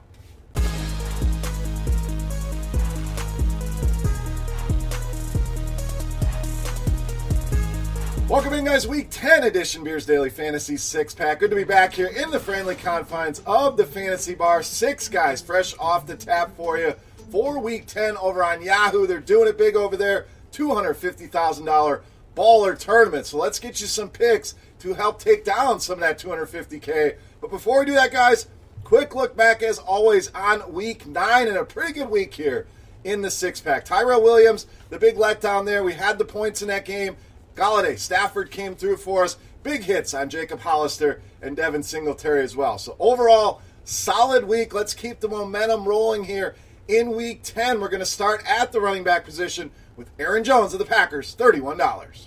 So I love this spot for Green Bay here. Not because I'm a Green Bay homer, because it's a good spot to go home and get this offense rolling. The Carolina Panthers, dead last in DVOA in the entire league against the run here. And I know Jamal Williams involved as well. I think there's plenty for both of these guys. You want to go cheaper with Williams? I get it. Jones gives you that huge upside, that 30 fantasy point upside that we're looking for. The Carolina Panthers also get trounced in the touchdown department, which makes sense. You're not good in DVOA against the run. You give up a lot of fantasy points, likely because you're giving up a lot of touchdowns, but a league-high 1.38 touchdowns allowed to the running back position. Green Bay, minus 5.5 here. Home favorite is always a good spot for a running back. Love going back to this offense in a lot of ways. Love this spot for Aaron Jones at $31. All right, if we expect Green Bay to control that game, Carolina likely throwing a lot. Wide receiver DJ Moore, our next pick here in the Fantasy Bar. So $16 for DJ Moore feels way too cheap. I would have pegged him in the low 20s here. In fact, lowest price we've gotten on him over the last 5 weeks of the season. So a good buy low here. This guy's getting steady targets in this offense, averaging over 9 targets per game over the last month. Been very productive with those targets, coming off a big game last week. And Carolina, as we mentioned, we expect Aaron Jones to control things. Green Bay 5.5-point favorites. That likely means a lot of passing here for the Carolina Panthers. We'll keep an eye on the weather there in Green Bay. I know there's some snow going on right now. Should be clear at game time. I expect some points in this game. I expect DJ Moore, once again, be productive here with double-digit targets, finding the end zone, having a big day at a cheap $16 price point. All right, next pick for us. I talked about one of my addictions. We're going to admit it here in front of the world. I have an OJ Howard addiction. We're going to roll with him here next for $14. Now, don't shut off the video. I understand he's been terrible. I understand Bruce Arians, tight ends, all of that. I'm going to go back to the well here. If you're not comfortable with this play, I fully understand that. This is one of those things. I have an issue. I can't quit OJ Howard here. The Arizona Cardinals, most receptions, most yards, most touchdowns, most fantasy points. We could continue on and on here. Allowed to the tight end position. A lot of people are going to stack this game, Arizona and Tampa Bay. I think this is a way you can differentiate. A lot of people are going to be uncomfortable hitting that button. And again, if that's you, I get it. Stay with me here. You don't agree with this play, that's fine. This is me trying to get my demons out here in front of the world. Like and love OJ Howard here in this spot. I think the breakout game is coming. Hopefully we don't end up with egg on our face doing the Week 10 recap next week. But I'm rolling the dice here, OJ Howard at $14. All right, let's get to another guy. Probably going to be a little bit controversial here. Running back Nick Chubb, $27. Now, I know Kareem Hunt back in the mix. This is what everybody's been worried about, and he's definitely going to be involved. That says Freddie Kitchens, yada, yada, yada. Nick Chubb has been outstanding this season. There may be room, like we talked about with the Green Bay running backs, for both of these guys to get it going. And I think all this is going to do here, with all this Kareem Hunt talk, it's going to lower the ownership on Nick Chubb. This is a great spot. If we had no Kareem Hunt, everybody would be playing Nick Chubb. But when there's murky waters, when people aren't sure, they might just avoid the situation and look elsewhere. You also have McCaffrey, who's pretty much a lock and load at this point. Barkley. So a lot of high-end running backs people can look to go to if they don't want to play Nick Chubb. So I think it could be somewhat sneaky here. Not that he's going to be 1% owned, but lower owned than he should be. The Browns, biggest shock here. The Browns are favored at home against the 6-2 Buffalo Bills. Is that Buffalo not being good? Vegas not believing in them? It's one of those weird reverse line movement games. Everybody's betting on Buffalo. The spread keeps moving towards Cleveland. So a situation to take advantage of at home as a favorite, shockingly. But Buffalo also a run funnel defense. And what does that mean? They are very good against the pass. One of the best in the league, top 5. They are terrible against the run. 30th in DVOA. Nick Chubb. High risk, high reward. I get it. Not as risky as O.J. Howard, but risky nonetheless. I'm rolling the dice here. I think it's a great spot. Multiple touchdowns here for Nick Chubb is the call. $27, a fair price. All right, let's get you a safer play, one we can feel good about, one that everybody's going to want to go to, and I think with good reason. Quarterback Drew Brees, $34. So yes, Drew Brees will be popular. Yes, the Saints will be popular. Guys, we don't have to get contrarian at every single spot that we roster. Sometimes you take a good spot and you roll with it. This is one of those spots. Saints projected to score 32 points in this game, one of the highest projected team totals we've had all season long. Drew Brees at home, we know, over the course of his career, been money in the bank. This season, we have 2 starts to look at. This guy's averaging over 370 passing yards per game in those starts. Atlanta, this defense is trash. It's terrible. They're injured. They're banged up.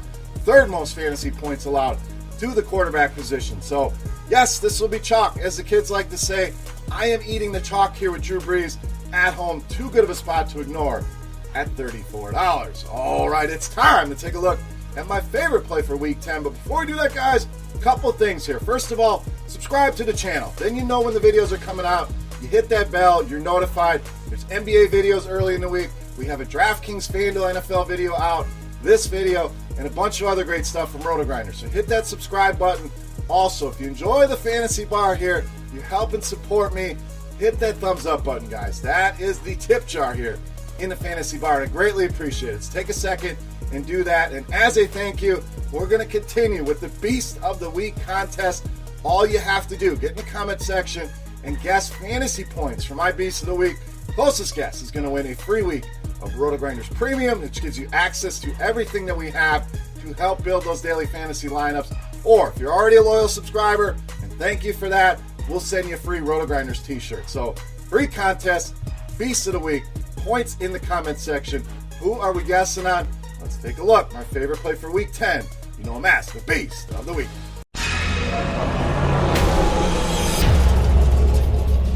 All right, Beast time. We owe you another wide receiver here. I love Drew Brees. That means we're pairing him up with Michael Thomas, $37, this week's Beast of the Week. Again, this is not an off-the-radar play here. This is plug in the guy that's going to be productive in a great matchup here, and that's Michael Thomas. This guy's averaging almost 10 receptions a game over the last 4. We saw Drew Brees come back last week, target Michael Thomas 11 times, 11 receptions for Michael Thomas. His connection is just locked in here. And against Atlanta, we talked about 3rd most fantasy points to quarterbacks, also 3rd most fantasy points to the wide receiver position. Smash spot here for the New Orleans Saints, and Michael Thomas against this beat-up secondary should feast easily. My favorite play of the week and this week's Beast of the Week. All right, guys, that wraps up here for Week 10 in the Daily Fantasy 6-Pack, the Fantasy Bar. Hopefully we keep things rolling here for you. Guys, if you have any comments, questions, feedback, hit that comment section. You can also follow me on Twitter, @BeerMakersFan. If you guys want more expanded thoughts on the Week 10 slate, make sure you get over to RotoGrinders and check out the DFS OGs podcast on the podcast stream. Notorious Head Chopper and myself breaking down every single game on the main slate. So go check that out as well for 1 hour of fantasy goodness there. But guys, thank you as always. Subscribe, thumbs up button, Beast of the Night fantasy points in that comment section. And let's get some of this money over on Yahoo for RotoGrinders.com. I am Beer saying salut. Best of luck here, guys. We'll see you next week. Hey, thanks for checking out our videos. If you want more expert advice on DraftKings, FanDuel, or any other daily fantasy sports, make sure you check out the current videos playlist.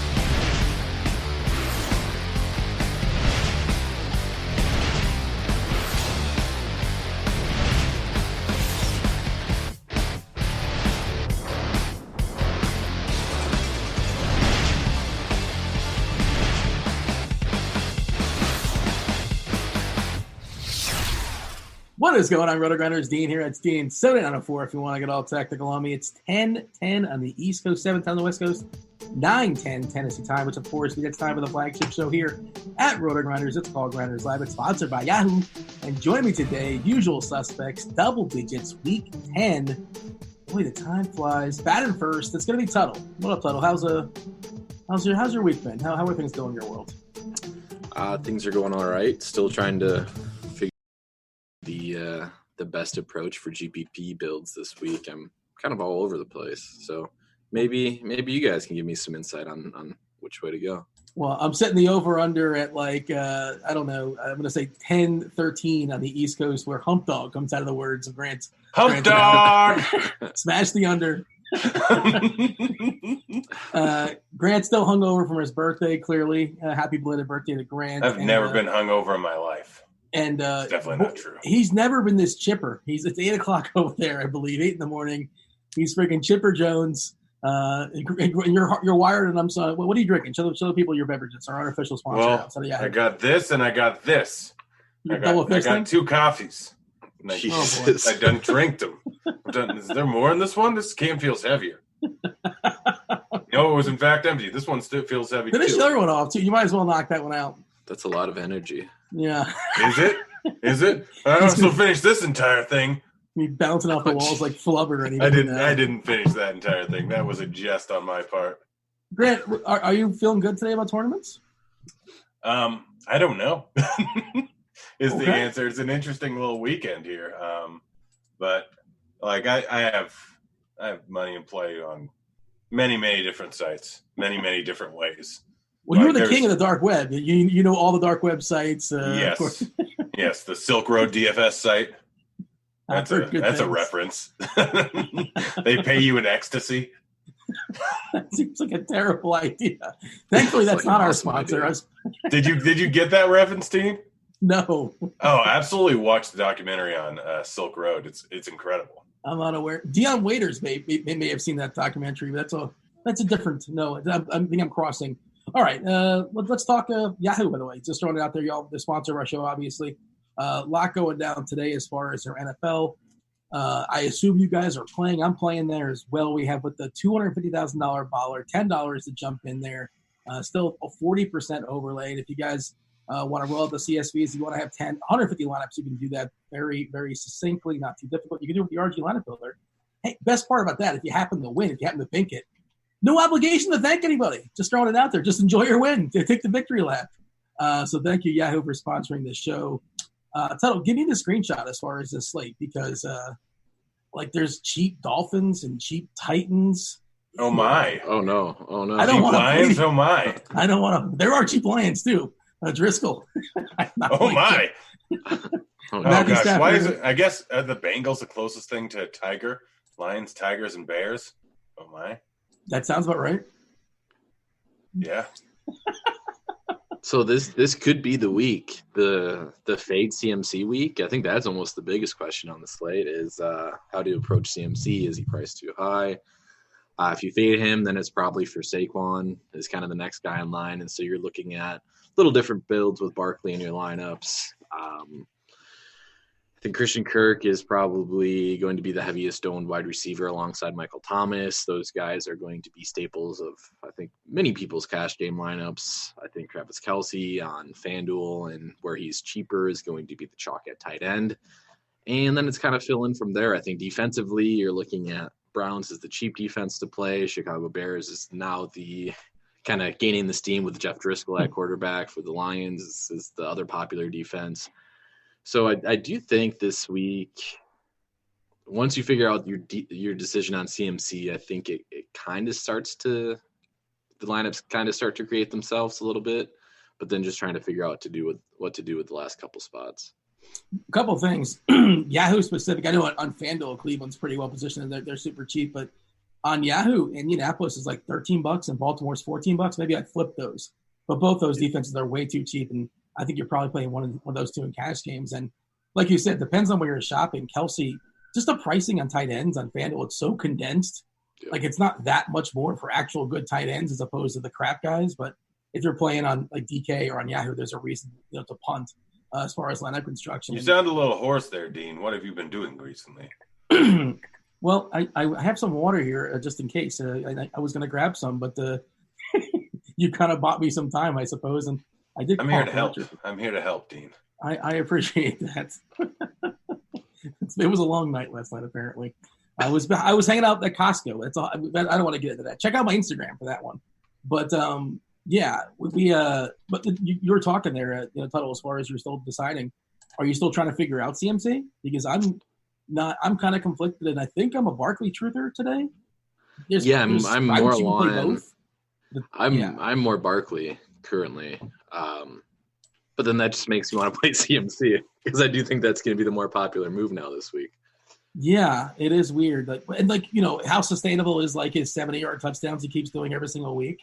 That's probably not sustainable, but it definitely could happen. I don't know. Again. Grant was arguing last night it is. Oh, yeah, Grant was all fired up yelling at Cardi on Twitter. How is 5.3 yards not sustainable?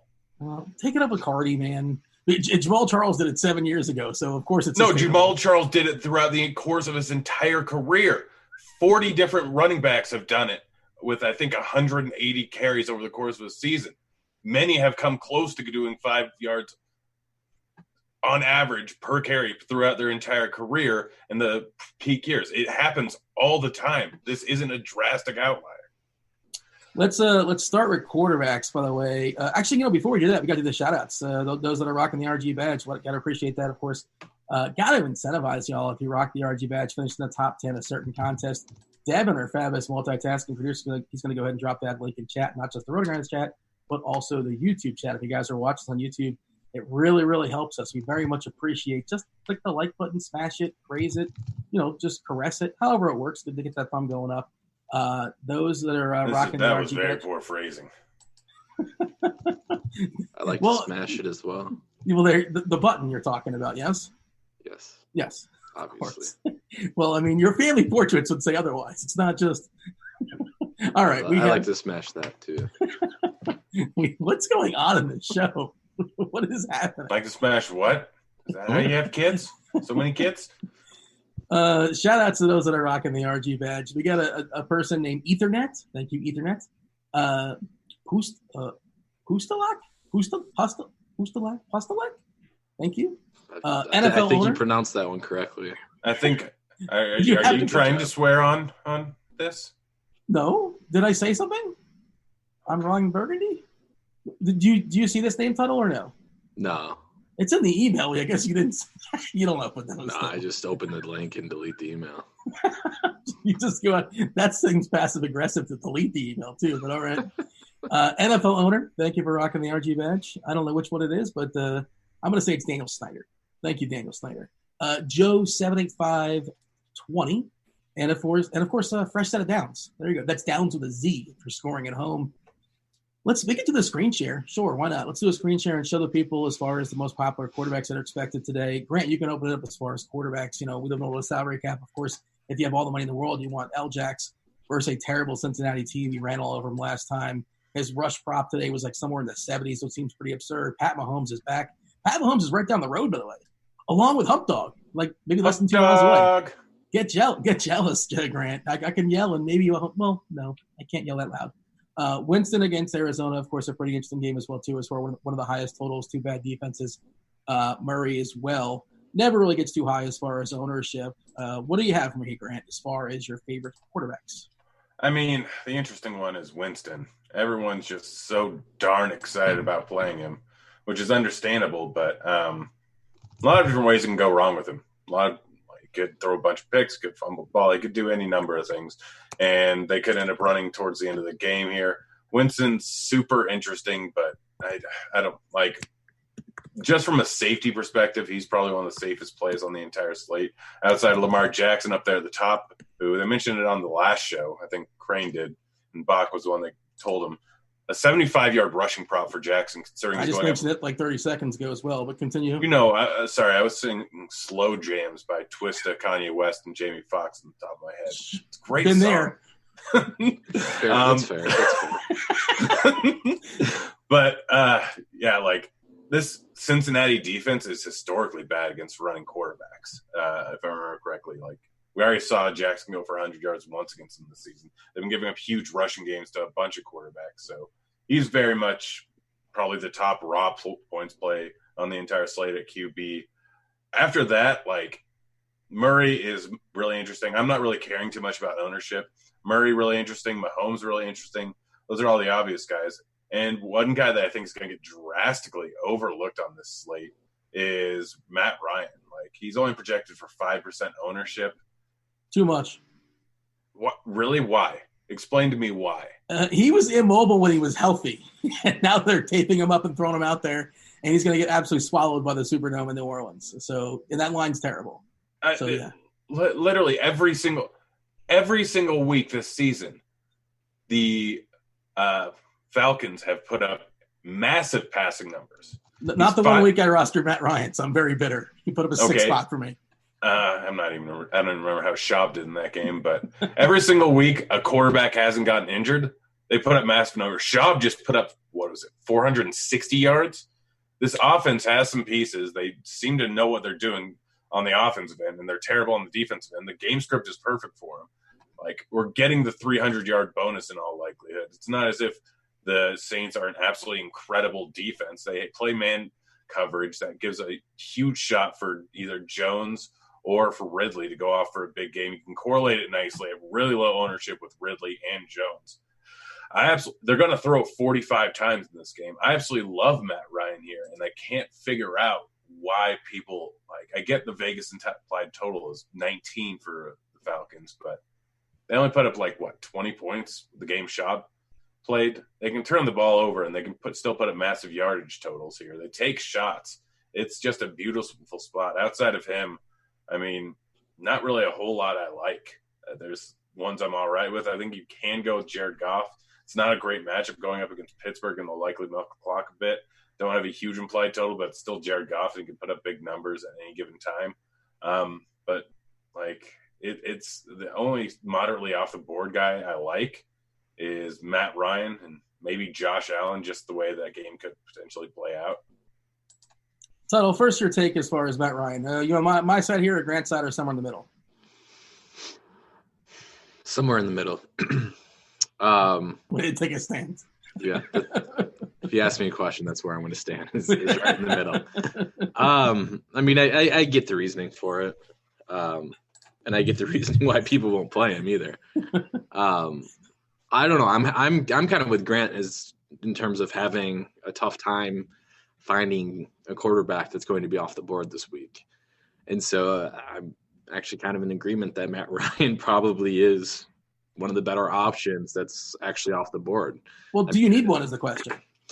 No, you probably don't. I think ownership's going to be spread out. I think the biggest benefit of finding a quarterback off the board for tournaments would be stacking purposes, because I think, well, I'm not worried about quarterback ownership. I think that the stack concentration is going to be kind of more condensed than usual this week. I think there's going to be a lot of people, obviously Tampa Bay, Arizona. I was hoping that we could see some reduced ownership in Kansas City or with Kansas City. I don't think that's going to happen, but that was my hope at the beginning of the week. You'll see some ownership on New Orleans as well. So I think the biggest benefit from going off the board at quarterback would be you're getting more access to guys that are just going to be low owned. I'm seeing I'm pulling up one of the tags right now. You have Winston and Lamar Jackson here on the screen share as far as your favorite quarterbacks for cash. Have you settled, or you're still kind of going back and forth? It's site dependent. I think it's pretty negligible to get Lamar Jackson on FanDuel. I think there's a pretty obvious FanDuel cash build that you can kind of go with over there, and then it kind of just varies. I think you could throw – the thing with those cash tags is you want to kind of concentrate or condense it as much as possible. But I do think on this week you could throw Kyler in the mix. You could throw Mahomes in the mix. I don't think you're going wrong with taking any of those options. Specific to our sponsor, Yahoo, and I agree. I made the team before the show started, actually, and you got Winston in the conversation that your salary matters, and $31 for Winston, it just seems a little too cheap. Murray's still kind of cheap over there, too, but I don't know if I fully trust him for cash. I think he's like $27, $28. Like him a bit for tournaments. Give me some of your tournament plays here, Tuttle, outside of cash, that you're throwing some darts at. You mentioned Mahomes. Tennessee is just kind of a neutral opponent, I suppose. And in theory, Henry can run the ball like 17 times in a row, and they can have like 10-minute drives for a field goal or something like that. And that's obviously not ideal for the Kansas City side, where Mahomes would just be chilling on the sideline. But if you can get Mahomes at 10% or less on a, and this is only 10 games, depending on 11 games as far as Yahoo, they had the Dallas Minnesota night game. If you can get him at that ownership, people might be hesitant, and Watkins is going to be somewhat low owned, and I think Hill makes a lot of sense for tournaments as well too. We'll talk about receivers, but people are going to be rostering Thomas and the Tampa Bay guys before they get to Hill, and Hill can get behind that defense pretty quickly, and he can catch 2 bombs today for all we know. What are you doing with Mahomes? It sounds like you like him at least for tournaments. Yeah, that was kind of my stance on him. Kansas City has some things going in their favor in terms of injuries for Tennessee as well. Malcolm Butler left last week's game with a wrist injury. He's on IR. Jarrell Casey is missing this week. He's one of the Titans' best pass rushers. So they're going up against a defense that already does not rate very well against run, or against the pass, I should say. Don't get a lot of pressure on the quarterback as is, and now they're down a couple guys. So I do think it sets up well for Mahomes. I'm starting to question, just because my little personal bubble is fairly high on Mahomes, so it makes that harder to read what his ownership's actually going to be. But I do think it's going to be discounted than what we would have on a regular week if he wasn't coming off injury.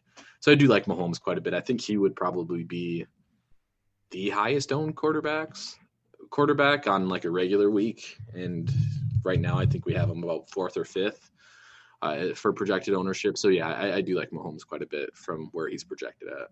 Yeah, Jamino and his team, obviously this stuff is always fluid and it changes the closer and closer we get the lock, the more and more precise it gets as far as information. Actives and inactives come out an hour and a half before lock. It appears that Stafford's not going to play, so I don't know if Stafford is in here, if that's been adjusted or not. But I don't know if people are going to play Driscoll. I think did somebody say he's like 4-1 on DK, which is like lock him in. Don't do it. I still wouldn't do it. Do not do it. I still would not do that. Grant, we're seeing Winston at 16%, Lamar at 15%, Breeze 13%.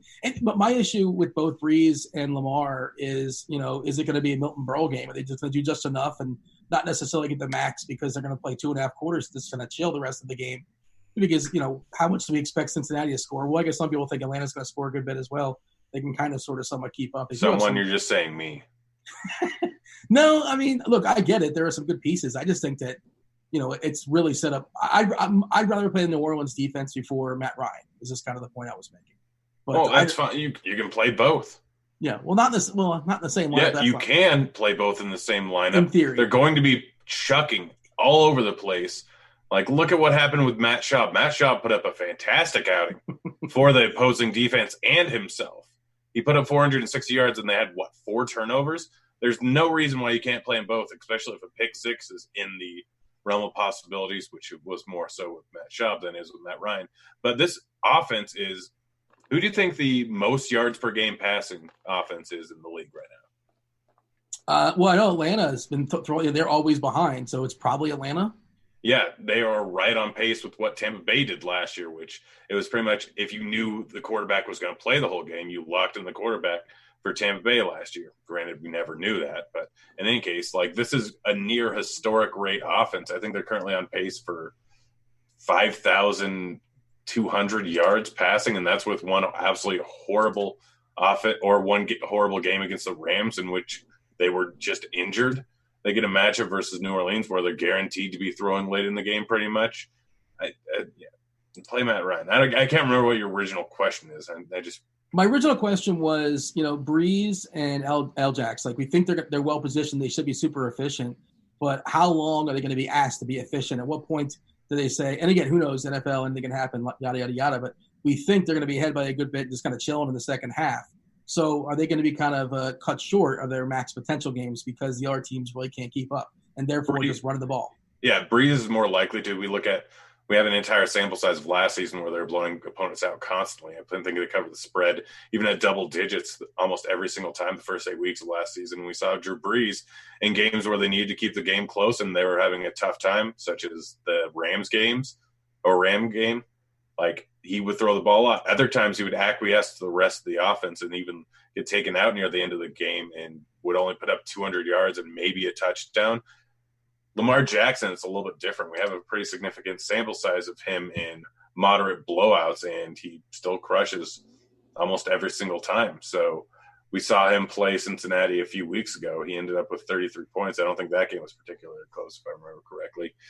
Like, when the game is still even moderately close, he's still going to be in the game regardless. It's a divisional opponent. It's being played in Cincinnati, so it can be closer than people realize. I'd be much more likely to go with Jackson than I am with Breeze, and Jackson is much more likely to be doing something with the ball later on in the game. They'll still have designed runs for him. He'll still end up going out of the pocket. With how bad Cincinnati's defense is at containing opposing quarterbacks, he'll have those easy runs for 7 yards where he just goes out of bounds. So Baltimore or Lamar is way more likely to end up with a big game and not acquiesce to the opposing team and just run the ball. Dude, smash the over and acquiesce, by the way. Yeah, don't know. I get fixated on certain words when I have copious amounts of caffeine. Copious as well. I thought you did a good job. I got the acquiesce, copious exact box. Yeah, I've been using that word a lot lately. What's a good synonym for acquiesce? I'm going to need a thesaurus for that one. So, Tuttle, feel free to add on as far as giving thoughts about those quarterbacks. Maybe, great spot, but like how much they're going to be asked to do, or just feel free to just jump the running backs, whatever you want to do. I was busy listening to James Palmer on my side screen talk about Patrick Mahomes not having any sort of limited mobility this week. So I missed everything Grant said. I know he said acquiesce a lot. On the Mahomes front. Is that Jesse Palmer? Is James Palmer? James Palmer, yeah. James Palmer TV. I don't know who that is. Are you talking about is. Carson Palmer? No, he's an NFL Network analyst. Okay. Robert Palmer? Oh my Addicted to gosh. Love? You guys are Is the that what we're worst. talking about? Yeah. I was going to say with Mahomes, mobility was a major problem for him in the last 5 games he played, his last 4 games he played, whatever it was. And that is a potential concern here. But if there looks like there's going to be no real problem with his mobility, the fact that they did give him extra time, realizing I think that they could still win with Matt Moore and just let him actually get back to full mobility. Mahomes at full mobility is 30 points a game. Hearing that, I am getting real excited about Mahomes. He's got to be fine. Why would they throw him out there? It would make no sense if he's not. They literally did it 4 straight games when he was struggling with a sprained ankle that limited his mobility. Why would they do that? Well, they did. And hopefully that drives his ownership down too, as people see the pre-game or the pre-injury, knee injury numbers, and they weren't very promising. But like Grant said, it was clear he was struggling with an ankle injury at the time. And drugs are good too in the NFL. Like they have some good drugs. So if he's not feeling particularly well, they can make him feel a little bit better. But out of context, drugs are good is probably not the best thing I should be saying. So the jump in here, Tuttle, as far as running backs, if people are asking about is CMC a lock button in cash this week? Again, this is probably the answer is depends where you're shopping. Yeah, and he's not a lock button in cash. I've been helping Jamino out with ownership percentages this week, and the one question I've had is I could see McCaffrey not be. I think we still have him currently projected as the highest owned, or we have David Montgomery projected as the highest owned running back. I think that's pretty clear at this point. But I could see McCaffrey not as owned. I could see Saquon being higher owned than McCaffrey. What do you think on that? Currently we have, again, it depends on where you're looking, obviously. Currently we have a CMC at 26% on DK, Saquon at 18% on DK. Let's see if it changes as far as the ownership percentages on Yahoo.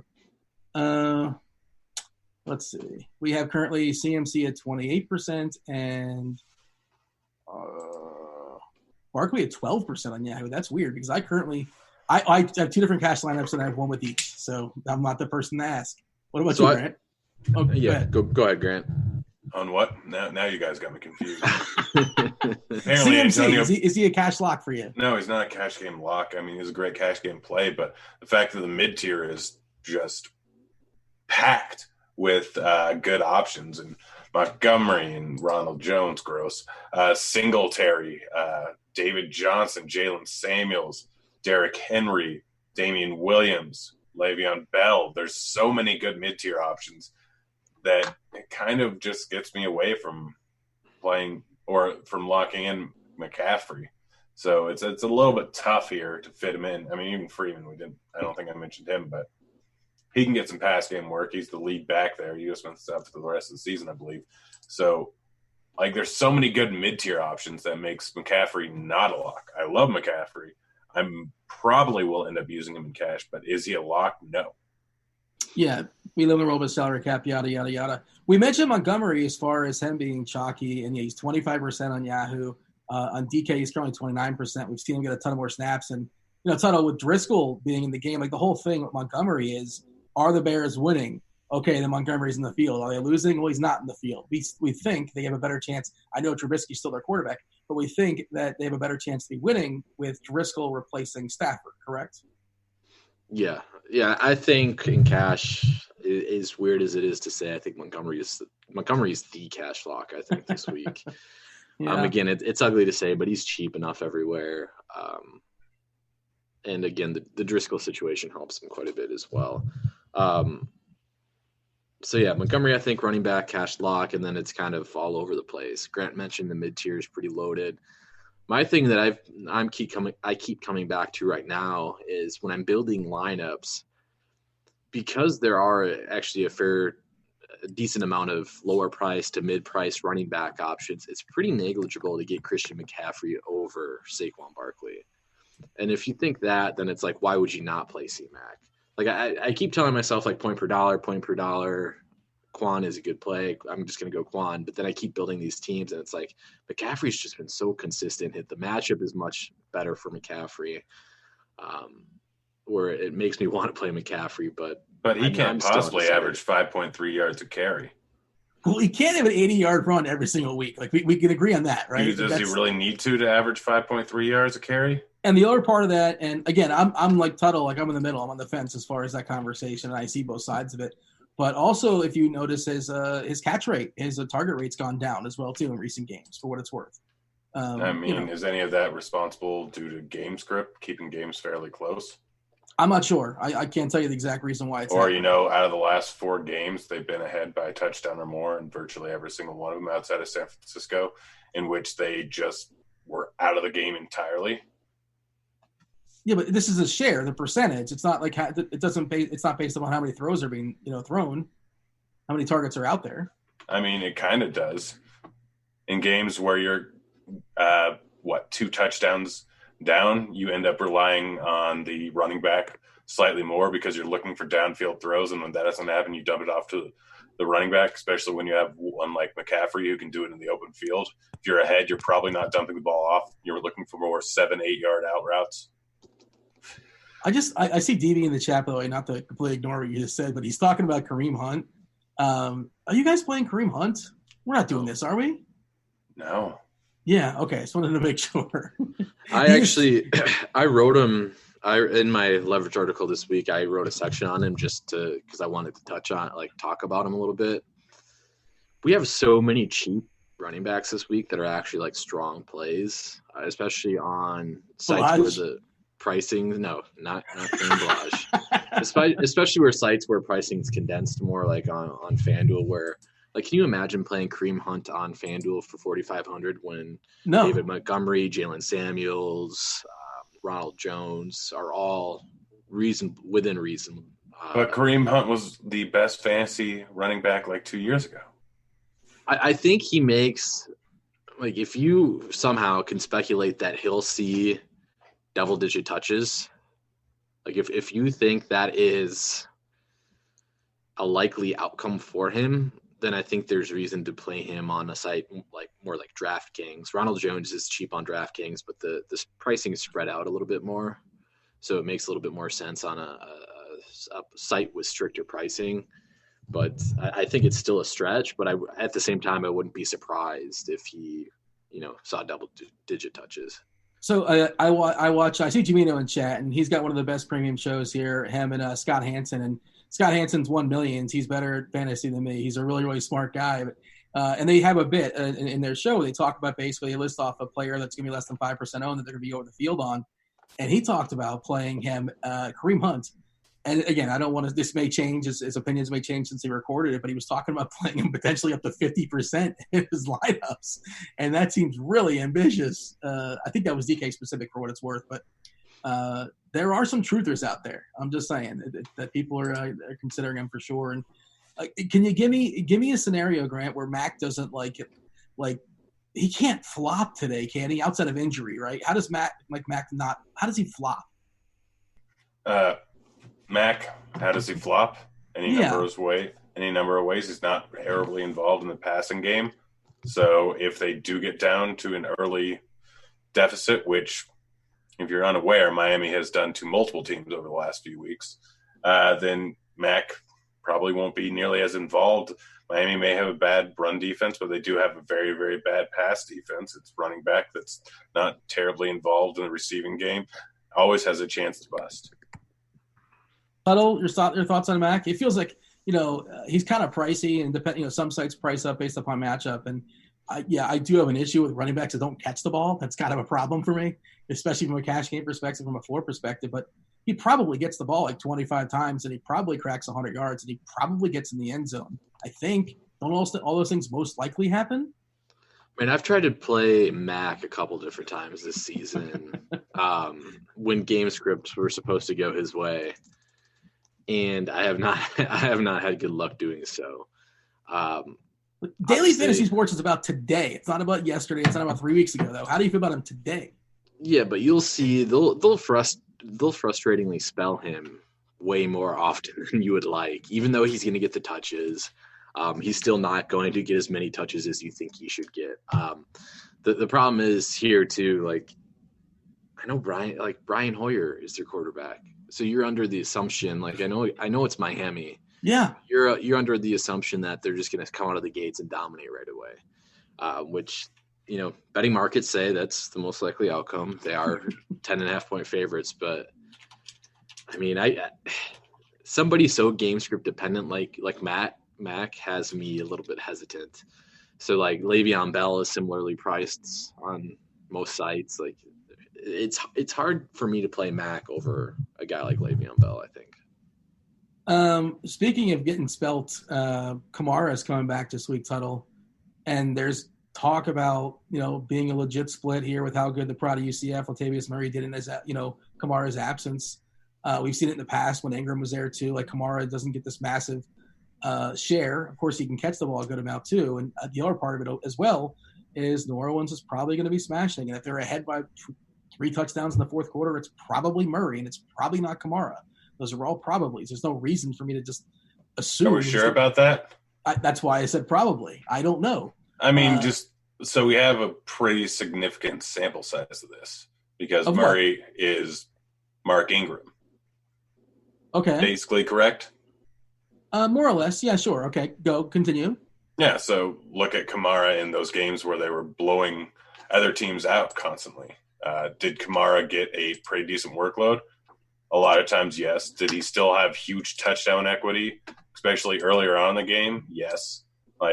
Kamara, he's a guy that can easily just blow. What are you laughing at? The chat's cracking me up. These dudes live in mommy and daddy's basement. I mean, I technically live in my brother's basement. Mom, the meatloaf! I don't get what the problem with that is. Yeah, it's a really nice basement. I have a full bar down here. Would you leave? But yeah, in a lot of those games where they've blown teams out, Kamara is absolutely crushed. So Kamara's going to get largely overlooked on this slate. I have no problem playing him because everyone says, yeah, no reason to play him. Don't play him. But last time that happened, I believe, was when the Saints played the Seahawks with Bridgewater starting, and I believe Kamara went for 38 points then. So Kamara can absolutely crush value. He's not going to be heavily owned. Of the top-tier running backs, he's going to be the least owned, and that's almost always the situation where we want to start him. We're seeing about 15% on him for what it's worth. And bring David Johnson to that conversation as well, Tuttle. David Johnson into the conversation, huh? He's going to catch the ball, in theory. Yeah, well, I think it'll be actually interesting to see how often he lines up in the slot. I know there's been talk about Johnson and Drake being on the field decent amount together this week. So it'll be interesting to see how that plays out. He's a tournament play. I think he does not have a safe touch floor in this spot, but he's so cheap that I'm fine playing him in tournaments, especially if you're stacking that game. Do you have a thought on Kamara? I came out early this week, kind of same thoughts as you. I think that projection systems are a little hot on him. But now I'm kind of going full circle here and thinking that if he's going to be low owned, I keep this Saints 32.5 team total just keeps staring at me. It's like they're going to get there somehow. It's very likely they're going to score a crap ton of points this week. Is it going to be all Michael Thomas? It could be, but Kamara could have a very big share in that as well. Well, that's the thing. There's a lot of slices potentially to go around. Kamara, Murray, Thomas, again, can catch a bomb. Proud of UCF. Traquan Smith can catch a bomb. Cook expected back as well, too, the Beetlejuice doppelganger. So, yeah, they can score 33 points. And they're also going to get that defensive touchdown against Atlanta. That's happening. Definitely going to get a pick six or a fumble. Are we sure about that? This is football. No, we keep saying things, and they're not at all – they're not nearly as likely to happen as people lead you to believe. If there was a draft that says draft the defense that's most likely to score a touchdown today, New Orleans is, if not, it's in the Family Feud board for sure, and it's potentially the first or second pick. Is it? Is it not the? Is it? But it's also the highest the Cardinals. Position. It's not the Cardinals. No, they might score a touchdown because Winston is one of the most turnover-prone QBs in the league. Peterson's a guy that's returned TDs or interceptions for TDs all the time. The most likely good. For what it's worth, Peterson's been Yeah, well, he's been back for 3 weeks? What have you done for me lately? All I care about is today. In the last 3 weeks, they have 2 more interceptions than they have the rest of the season combined. We didn't talk about Aaron Jones. Chubb's, of course, playing. He's kind of sort of something interesting. Freeman's really cheap on Yahoo. He's $13, so I don't mind him over there. Balaj is crazy cheap. We kind of laughed at him, but I suppose he can get not all touches are created equal. His touches are created poorly, but in theory, he should get 15 touches or so. Samuels, obviously he caught the ball 15 times last week. The price is up, but he's still he could definitely get there and pay it off. We talked. Tell me if I should play him or not. Which one? Jalen Samuels. I don't know. I don't have a good answer. You want him, of course, more so on PPR sites, but he's so cheap on FanDuel is the problem. Yes, he's we probably made a similar build, and I kind of stared at it, and I was like, I don't know if I want to trust Samuels, especially on a half-point PPR site. But he's in the mix. I don't have a hard stand on him. It sounds like you don't either. Grant, Le'Veon Bell and Browns defense or Jalen Samuels Bears defense? Yes, that's basically what you're just. Somebody answer that for me. Both of you answer that for me. Cardinals defense. What is it with the Cardinals? They're going to – well, yeah, look, they're going to give up 30 points or something like that. We don't really care how many points you give up. But you also got to be somebody answer my question. I need to know. What was your question again? Le'Veon Bell in Browns defense or Jalen Samuels Bears defense? Jalen Samuels Bears defense.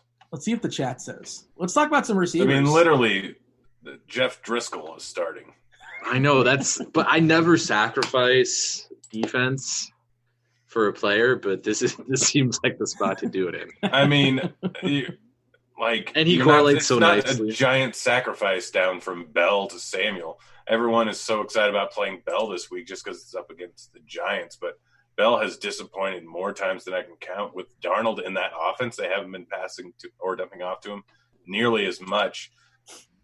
They probably have 20 different ways in which Bell can bust, especially considering they may not score a touchdown. And in games where they haven't scored a touchdown, I think Bell has exceeded half-point PBR 15 points once. There's a whole lot of different ways where Bell can absolutely bust. And Jalen Samuel has pretty much guaranteed 5 points over on FanDuel by his 10 receptions. But he's actually a decent runner, and I think Edmonds injured. So, Samuel I think he's going to play. Is he? But I think so, right? Isn't Edmonds is going to play, Edmonds right? is going to play. He's not going to be full go. Well, who knows? Well, we'll see. I've been waiting for it for too long, and it's probably never going to happen, but I'm just waiting for the game where Pittsburgh's defense does not keep them in it. But then you can argue that's good for Jalen Samuels because he'll catch more balls, but who knows? And there hasn't been a week all year where you're like, man, I wish I played Bell. Like he's been fine a couple weeks. He's been fine, brother. There's not been 125-point outing. I think he would be my hypothesis is that he would be chalk this week if he did not have the injury tag the whole week. I agree. And the MRI talk the whole week. Yeah, chalk Le'Veon Bell never fails. Let's talk about receivers. Michael Thomas, can that possibly fail, Tuttle? I have the Blitz, Tardy's the Blitz up here, and he's got him projected for a ridiculous 29 fantasy points on a full PPR. That is a massive number. I was kind of flabbergasted when I saw it, but it's justifiable as well because that Atlanta team, you can do whatever you want against them. And it's kind of sort of the same question is like, well, are they going to keep throwing the ball when they're up by 3 touchdowns? And again, we don't necessarily know they'll be up by 3 touchdowns, but that's what, the projections may say to some degree. So Thomas, obviously, Tuttle, is a fabulous cash game play. Talk about Thomas and the other elite guys when it comes to tournaments. Yeah, excellent cash game play. Excellent play in general. I'm fine fading him in tournaments, though. Again, I think a lot of it has to do with getting kind of a different lineup construction. I think Thomas is going to be so heavily owned. I think we have him as the highest owned player on the slate, which is unsurprising given some of the projections out there on him. We have him, it looks 29%. Like 29% on DraftKings, yeah, which is tied for Montgomery. If you go up in stakes and you're seeing lower tournaments or even in cash games, obviously it doesn't matter. But if you go up in stakes and we're seeing lower field tournaments, Thomas's percentage, it's going to approach 50% in some of the high entry and high dollar stuff. Excellent play. You kind of just hope if you're fading him that some of the healthy pieces that are coming back are just enough to take just enough away from his production to pay off his tag. The thing is, his price tag is pretty high.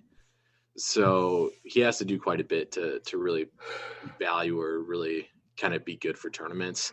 Not saying he can't do that, but I think he's a fine tournament fade. Your favorite tournament pivot, is it Godwin? Is it Hill? Is it Adams amongst the big spends?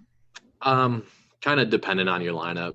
If you're depending on which game you're looking to target and which stacks, Tyreek Hill is the guy that would be for me, just because I'm again really happy about or really giddy about playing Mahomes this week. So it would be Hill for me, but I think Godwin is a good play as well. Which Buck receivers in this week? I was digging through and I kind of went back all the way back to week 2, and every single week one of them goes absolutely nuts outside of week 1, which I think they were okay, but nothing spectacular. Who's going to do it this week? It's been Evans of late. Godwin. All right, there it is. Evans. Grant. Oh, well, that's not helpful at all. You got. Oh, well, there's a 50-50 chance, pretty much. Flip a coin. You know what you do with Bucks wide receivers? You play 50% of each, and one in every lineup. Yeah, and you're guaranteed to get a GBP winning performance by one of them. Well, now you got to get the rest of the spots correct. But yes, that's not a completely ridiculous idea. I really don't think that's. No, I've been saying it for like 3 weeks, and it's been foolproof for 3 weeks. 50% of your lineups are fantastic. And the other 50%, throw them the trap. All you need is one, though, right? All you need is one if you're chasing the top. Grant, your thoughts as far as the guys at the top, and then feel free to work your way down the middle. Cooper Kupp also in the conversation as well, and there's some interesting boom bust plays that are kind of sort of somewhat cheap, and there are some cheap receivers out there in Tennessee. I know you're going to mention Hump Dog as well. Hump Dog. If you trust Marquise Brown's a guy definitely get behind the defense. John Brown, one of these days he's going to catch a long one in theory.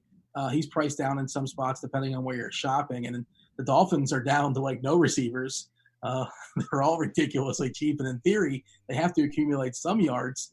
So what are you doing receiver here? Well, a lot of names, a lot of ways you can go with that question, but feel free to run with it. If we're disregarding ownership, then Kirk and Devontae Parker are my 2 favorite plays probably on the entire slate at wide receiver. Michael Thomas shortly thereafter, because he is going to get probably 10 catches, more of a play over on DK than he is over on FanDuel, just because of the massive volume catches he's going to end up getting. I love Godwin and Evans. I think the smart move is, in fact, to play 50% of each of them and just have one of them in almost every single lineup. There is a way where both of them end up with 28 points there's also a way in which one ends up with 40 and the other ends up with 10.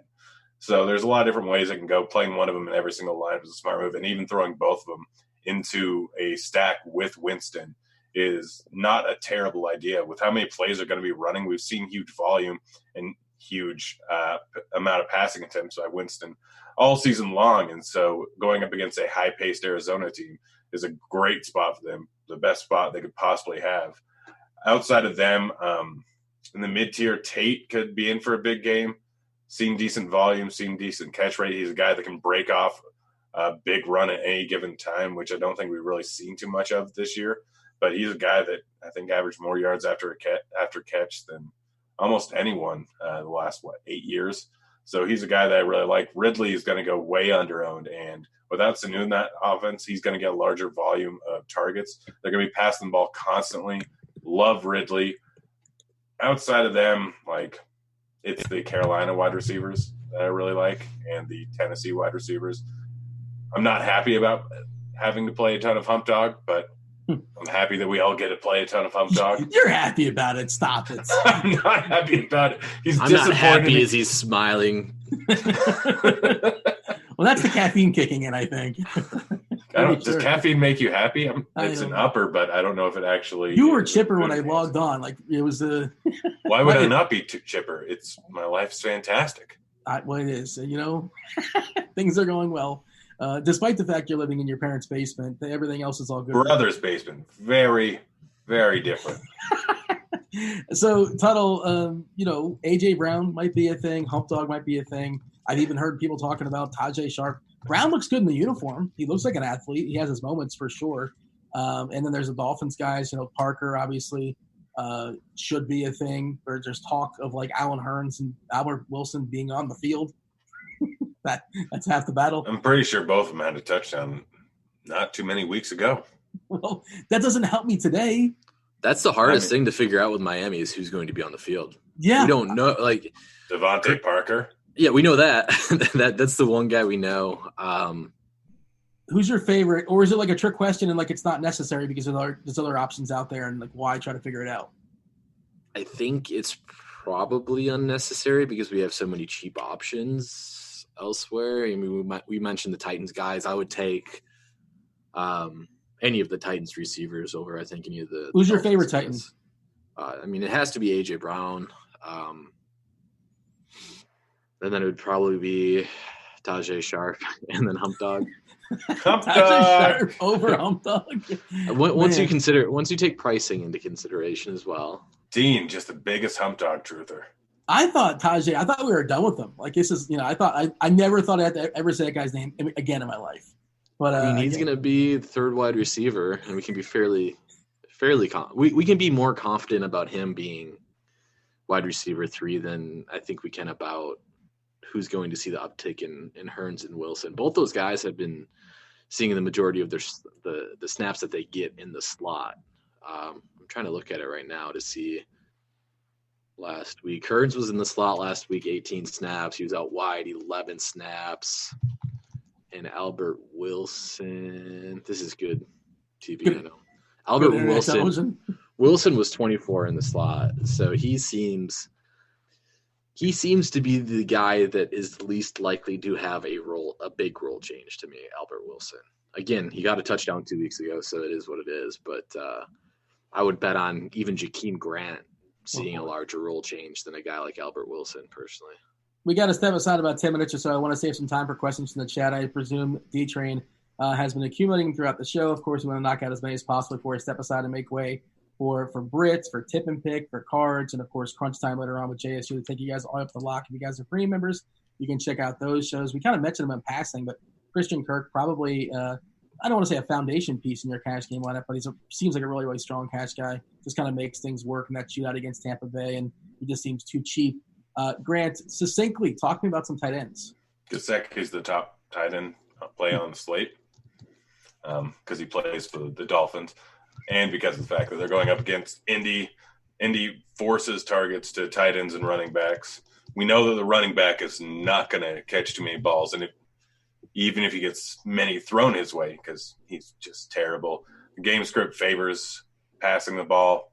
It's Fitz. He'll throw to Gesicki quite a bit. Love Gesicki. Next up is Kelsey. Obviously, he's Kelsey. Hasn't paid off a ton, but he's very good. Hooper's in a decent spot in terms of game script, but it's not an easy matchup, so I'm not really on Hooper. Both the Indy tight ends, like, who else are they going to throw to? O.J. Howard is going to kill me again, but really my favorite tight ends are Gesicki, Jonnu Smith. It's a perfect spot for Jonnu Smith, like absolutely perfect. Everyone's talking about playing A.J. Brown and playing Hump Dog, which I love both of them. And be more apt to play Jonnu Smith, though, just because it's the perfect spot for him. I think Smith goes for 15 points. Gesicki goes for 18. I think O.J. Howard hasn't caught a ball since, like, the Rays were playing baseball or something like that. I was hoping you'd make that joke. Were you? Was that the setup? That's why we have such good chemistry. I thought it was because apparently we hate each other. That's the other part of it, yeah. It's just people just awkward watching it. Like, these guys, this is weird. It's getting uncomfortable. There's a bit of a squeaky wheel for Ebron, and of course, Indy's pretty thin. They're probably going to be running out a bunch of 2 tight end sets, so both those tight ends are certainly playable. I would say on FanDuel, just we talked about how the pricing there is kind of goofy. Kelsey much more playable. Where the pricing may be tighter. Red Ellison, is that somebody we're considering Tuttle? 2.5K on DK. I don't feel good about it, but like he's really cheap. Ugh. I mean, talk to me. I think all the other cheap options are just significantly better. I think everybody sees, and I think the argument for Red Ellison has been, well, last time Ingram was out, he saw, I think it was 7 targets.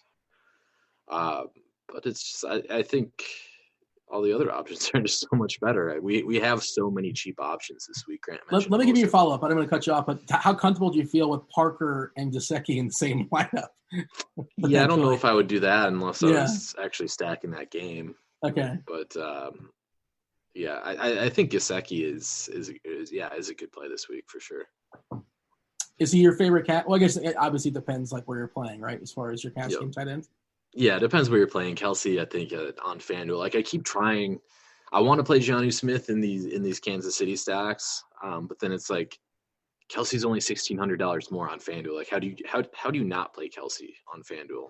But on other sites, right? Yeah, but yeah, you're right. On other sites, it's a little bit more easier. It's a little easier to justify the Kelsey fade just because of the bigger difference in pricing gap. So, yeah, I would play Kelsey on FanDuel and on DraftKings and Yahoo. It's just kind of play one of the cheap guys. We touched on it earlier, but give me like 30 seconds on defenses. I think Browns are still the cheap defense to play. You mentioned on Yahoo that's going to be a little bit different though because like the Colts are only 13. The Ravens are 14. I think clearly you want to play one of those defenses in cash games there. On FanDuel and DraftKings, I think it's going to be Browns and then it's going to be Bears are kind of the next step up if you're kind of looking for somebody in that mid tier. Grant, any more thoughts that as far as defense? You want to give me your favorite stack today, maybe a favorite correlation play?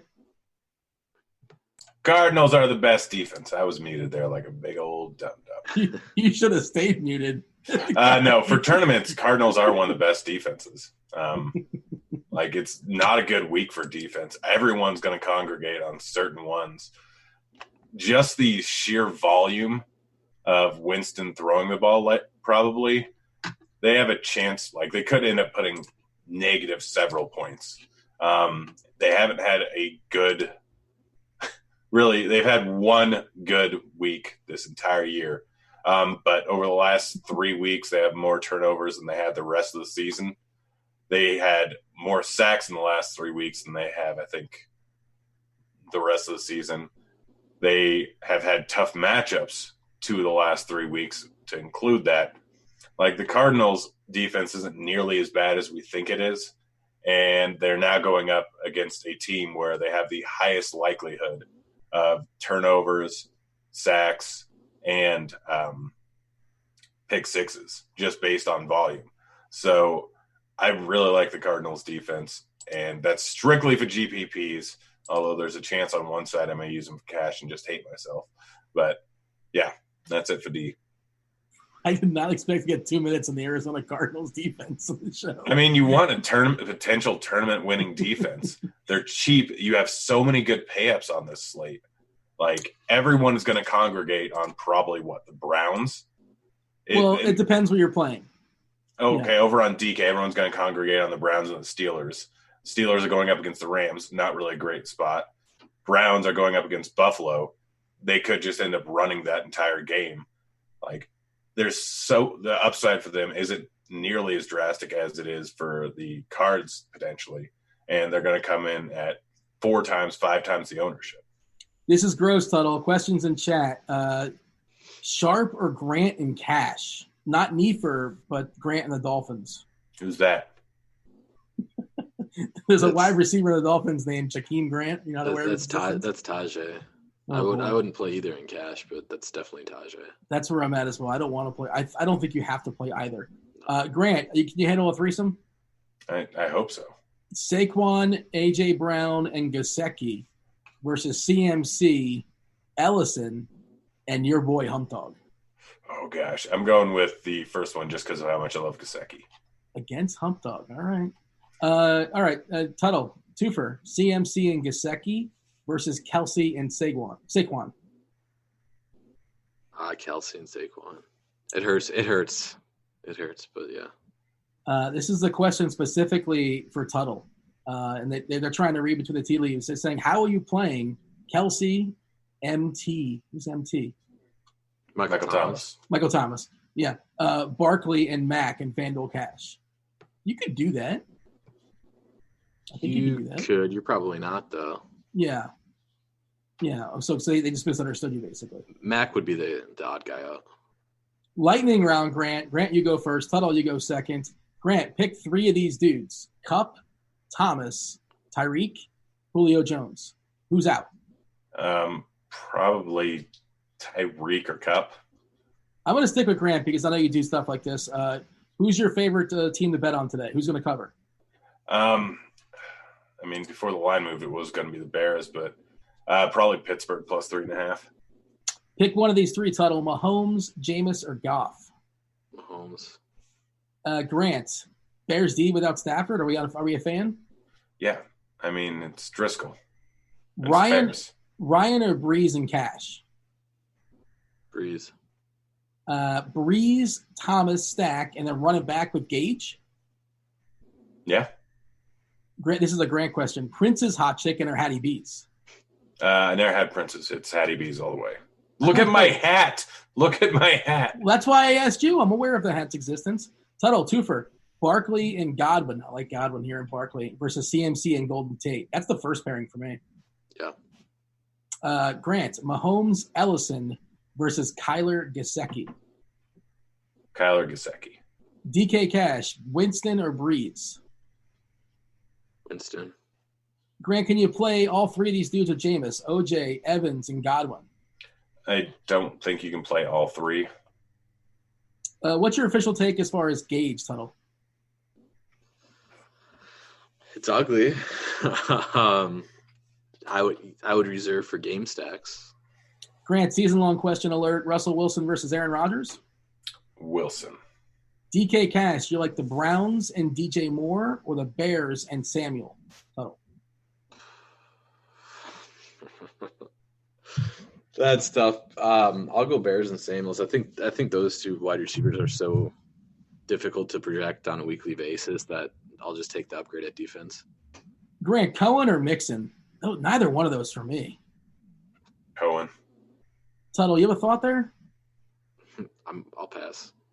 I mean, the answer is Ronald Jones or Damian Williams instead. It is weird that we're talking. We didn't really talk about Ronald Jones is certainly in play in this slate. We got a twofer for you, Tuttle. Jackson and Brown versus Rodgers and Adams. I assume it's Hollywood and Lamar versus Rodgers and Adams. This is tournaments, I assume, then?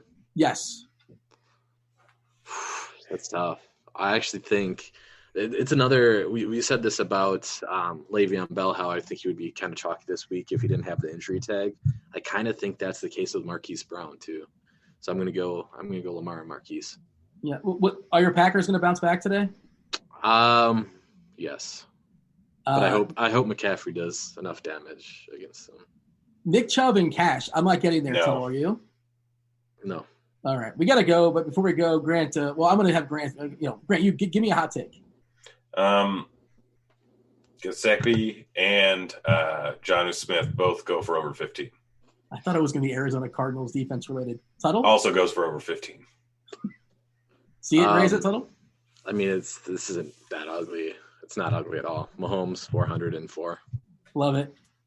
Thank you to Yahoo for sponsoring the show. Still plenty of room in the ball over there, $250K, $10 jump in there, $25K at top.